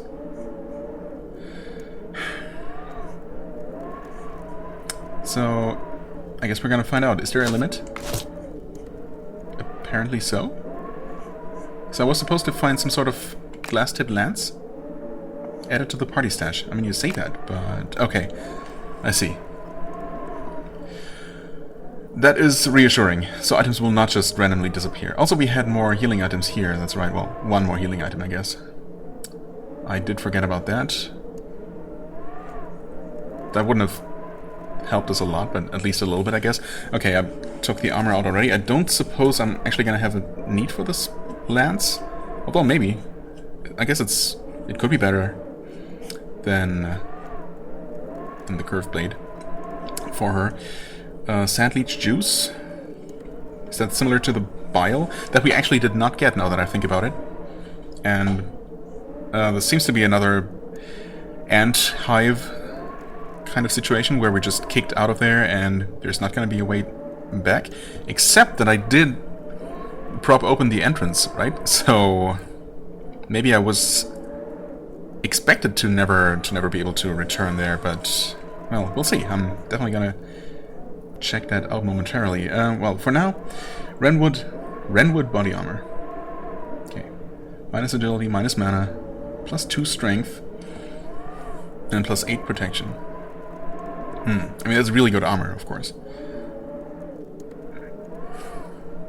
It does not...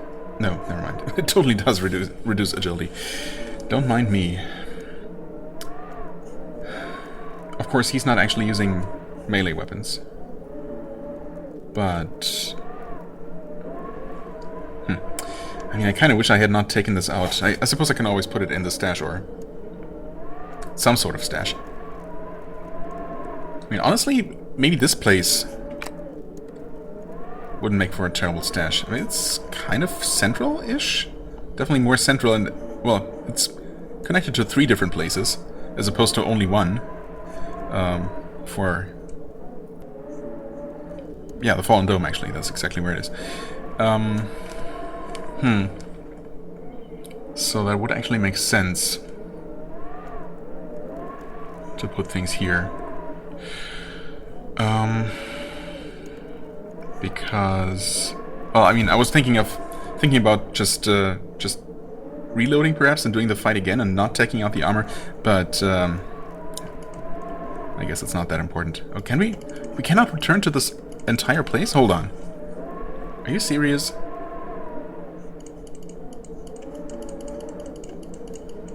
Okay.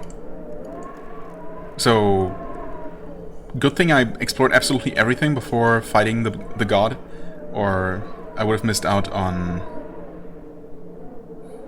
What would I have missed out on? Well, that necklace, if nothing else. And surely a bunch of other things. Did I leave anything there to pick up later? I don't think so. And if there was a way to get that worm bile, then, well, I suppose I failed to get it in time. Okay. There is a location here that we could travel to. I mean, I could just end the episode right here, but I kind of want to end it in an actual area where I can move around, you know? There does seem to be a connection between these two places, so let's maybe head over here and check out this little signpost.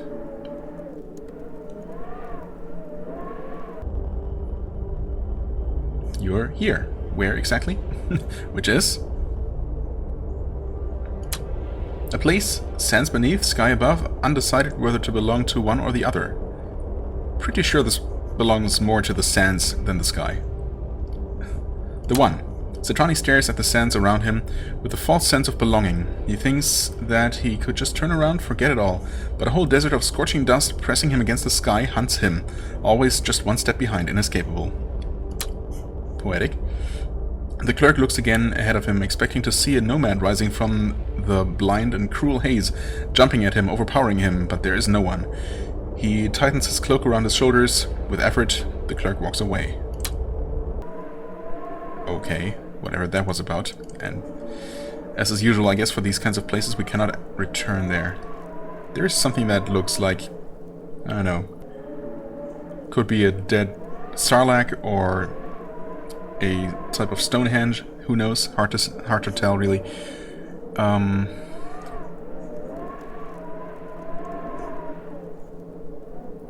Go check that out. I don't know, I feel like exploring a bit more. This looks like a dead end, although this might be a path, actually. After a long day of toil on the unmarked path, if a path it is, one that never stands the same for a long time, changed and washed away with the winds, taking to different destinations altogether, a weary clerk stops for the night near a rock deposit. How exciting. Yawn. To his credit, it should be said that it's vigilance and not some misguided curiosity that pulls him to check it despite his exhaustion. So even if the result is less than ideal, at least the intention was good, when suddenly, as he approaches the flat, low rocks, the terrain crumbles under his feet and Citrani falls into a sinkhole in the ground. Great. As the dust cloud from the fall starts to dissipate, the clerk sees that after all, the damage could have been worse. The exit is just some meters above, easily reachable with a careful climb. The rays of the dying first sun shine from a few meters above. Have a look around. The ground has collapsed in an empty space, a natural cave that the erosion of the wind has brought nearer to the surface, so to speak. As the light flickers between the specks of the setting dust, the clerk notices unexpected traces of colors on the walls. Man-made signs? Drawings, maybe? He looks closer. Yep, definitely drawings, I would say. Faint and ruined by immeasurable ages, he sees many figures of men and women colored in brown, red, white, and black, with no distinguishing features, moving and dancing in the immobility of the walls. Looks to me like it was made yesterday. They seem to have rhymes and reasons, but what they may be, Citrani doesn't know. Or maybe the drawings are incomplete. The ruined room has no more answers, and probably neither has the gallery which moves away from it, diving into darkness. But Citrani must not have thought of that, because he briskly starts for the descending path. Wait, what? The descending path? Oh, he must not have thought... Okay. Onward to certain misery, apparently. Even though I could have just climbed out? Or is that still an option? A precarious passage full of debris. Huh. Well, I mean, I wasn't expecting a dungeon here, but I guess just because a place on the overworld has a name tag, or doesn't have a name tag, doesn't mean absolutely anything. An ancient cave complex. Huh. Well, I did want to end the episode in a place like this. Well, not necessarily exactly like this, but you know. You know what I mean. I'm hearing slightly unsettling sounds. These do not get stacked automatically, because why would they be stacked automatically? That would just be silly. Only because I have similar items in my inventory. I really wanted to actually stash stuff away. I mean, that's what I wanted to do. So I guess I can actually leave this place. Right? Citrani looks around the room, checking the debris for stability. I mean... well, we'll see. If he were to climb over them with the utmost care, he could maybe make it to the surface again in little time. Continue. Probably, though, the act of climbing would further collapse the unstable cavern and probably make it inaccessible. Or worse, it could bury him too. Decisions, decisions. Okay, so I could escape, or I could continue and explore this dungeon now. But I can't leave and return later, is what you're telling me. I mean, I did save beforehand, so that's, you know, not a problem. Let's live dangerously and climb, just to confirm. The night is now falling, the clerk reasons, and he has a mission, whatever that was. Besides, further inspection of the pictured walls is impossible, not to mention that Citrani's simple aesthetic sense is already bored with the scenes depicted on them. Carefully climb out of the hole. The impending darkness makes the climb difficult, and many a stone tumbles under Citrani's steps. After a few precious hours, the clerk finally arrives at the edge of the ravine. Feeling somehow protected, at least from the howling of the wind, he falls asleep. The first sun rises again, only minutes later, to find an aching clerk stretching out the night's cold... What? Stretching out the night's cold away. Whatever. He looks around again, surprised, confused, not to find anything he was supposed to on the flat and even surface of the desert. What was that? Not much rested at all, Citrani faces the desert again, resume traveling. And indeed, we cannot enter that place again. Okay, while I'm here... while I'm basically in a about to reload state, I'm going to just confirm... I guess there was, after the death of the god, there was like an earthquake? Was it described as an earthquake, or just was it just the rumbling echo that kept going on for a while? Well, either way, I suppose the entire area is supposed to be completely destroyed now. That's why I can't return even to the overworld. Well, I mean to the rest of that overworld. Oh well. Okay. So, there is a cave to explore there. But what about this place? A nomad camp. A while since abandoned. Oh, okay. Tents lie bent and half covered with sand, empty. The remains of a fireplace are deliberately scattered. And down there, the remains of a sand-treading lizard, half eaten, and the bones of another. This doesn't look like a place where you want to stay for long. I mean, it does seem abandoned, so... Oh, welcome to Aeon of Sands. Thank you, game. For once, I actually spawned right next to an exit. Desert camp? Oh, some sand leeches.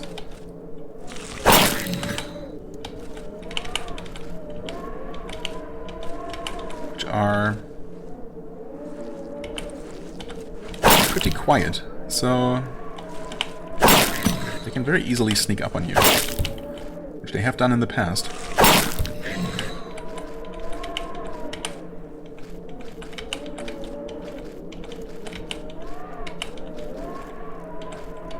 I want to make sure that the entrance at least is pretty safe to hang out.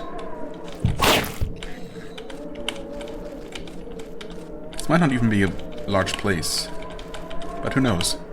Oh, we're taking sand damage here, right? Okay, so that's not ideal.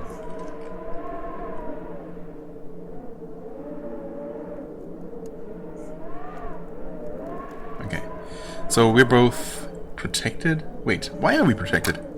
I'm not even... I guess any kind of helmet protects you? It doesn't have to be a mask, specifically? Okay, so no reason to keep this with me, I suppose. I mean, in a way that's good, but also it's a bit silly. Huh. Oh well. Oh, did she use a lot of mana? I suppose she did cast a bunch of heat spells there in that god boss fight. Wait, Citrani...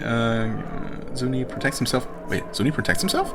He did take some damage earlier, though, didn't he? Wait. I mean, he has no physical protection, nor does he have a helmet.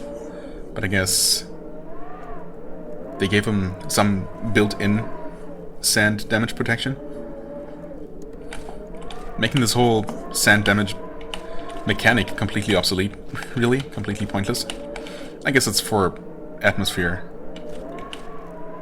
more than anything. Do I want to have my stash in this area, though? I mean, it is... I mean, it looks like it might actually be a relatively small area, which I guess is a plus, even though it doesn't matter too much. What is convenient, of course, is that I seem to just spawn right next to the exit. That's definitely more convenient than the other area that I'm currently using. And this is definitely way more central, way more connected to other areas. So I might actually go ahead and relocate my stash here in between episodes. This place makes the Tronic feel uncomfortable. Yeah, kind of. The constant howling of the wind is not the most pleasant. Let's leave for now and confirm that we can actually return. We can. Okay.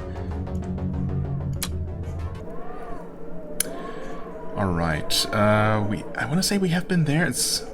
I so wish the game would let me just drag the map. Also, I meant to mention earlier that it seems like we've reached the southernmost end of the map. So for some reason I expected it was to be more like whatchamacallit, taller than wide, I guess. But it seems to be the other way around, because yeah, there seem to be more roads going off in this direction, perhaps? Or maybe we've seen most of the map at this point. I was expecting it to scroll much further south than it did. But yeah, I'm pretty sure we've seen both the southern, northern, and eastern ends of the map now. So it only has room to grow toward the west. Well, anyway, I guess this is good enough for me. We know that there is the mysterious cave with the ancient drawings down that way. We have that place to explore, that place, which might be a hole in the ground, or maybe just another stone circle. We have another oasis over this way. We have maybe some location over that way. I mean, yeah, we have a path from these signposts to there, so there might be some sort of encounter up that way. And I want to say this is the oasis where we met Kalka, but it might not be. Either way, it's time I end this episode, and next time I'm probably going to have my stash relocated here, because it's just more convenient that way. And yeah, for the time being, I thank you very much for watching. I hope you enjoyed. If you did, please hit the like button, leave a comment, and I shall see you real soon. Bye bye.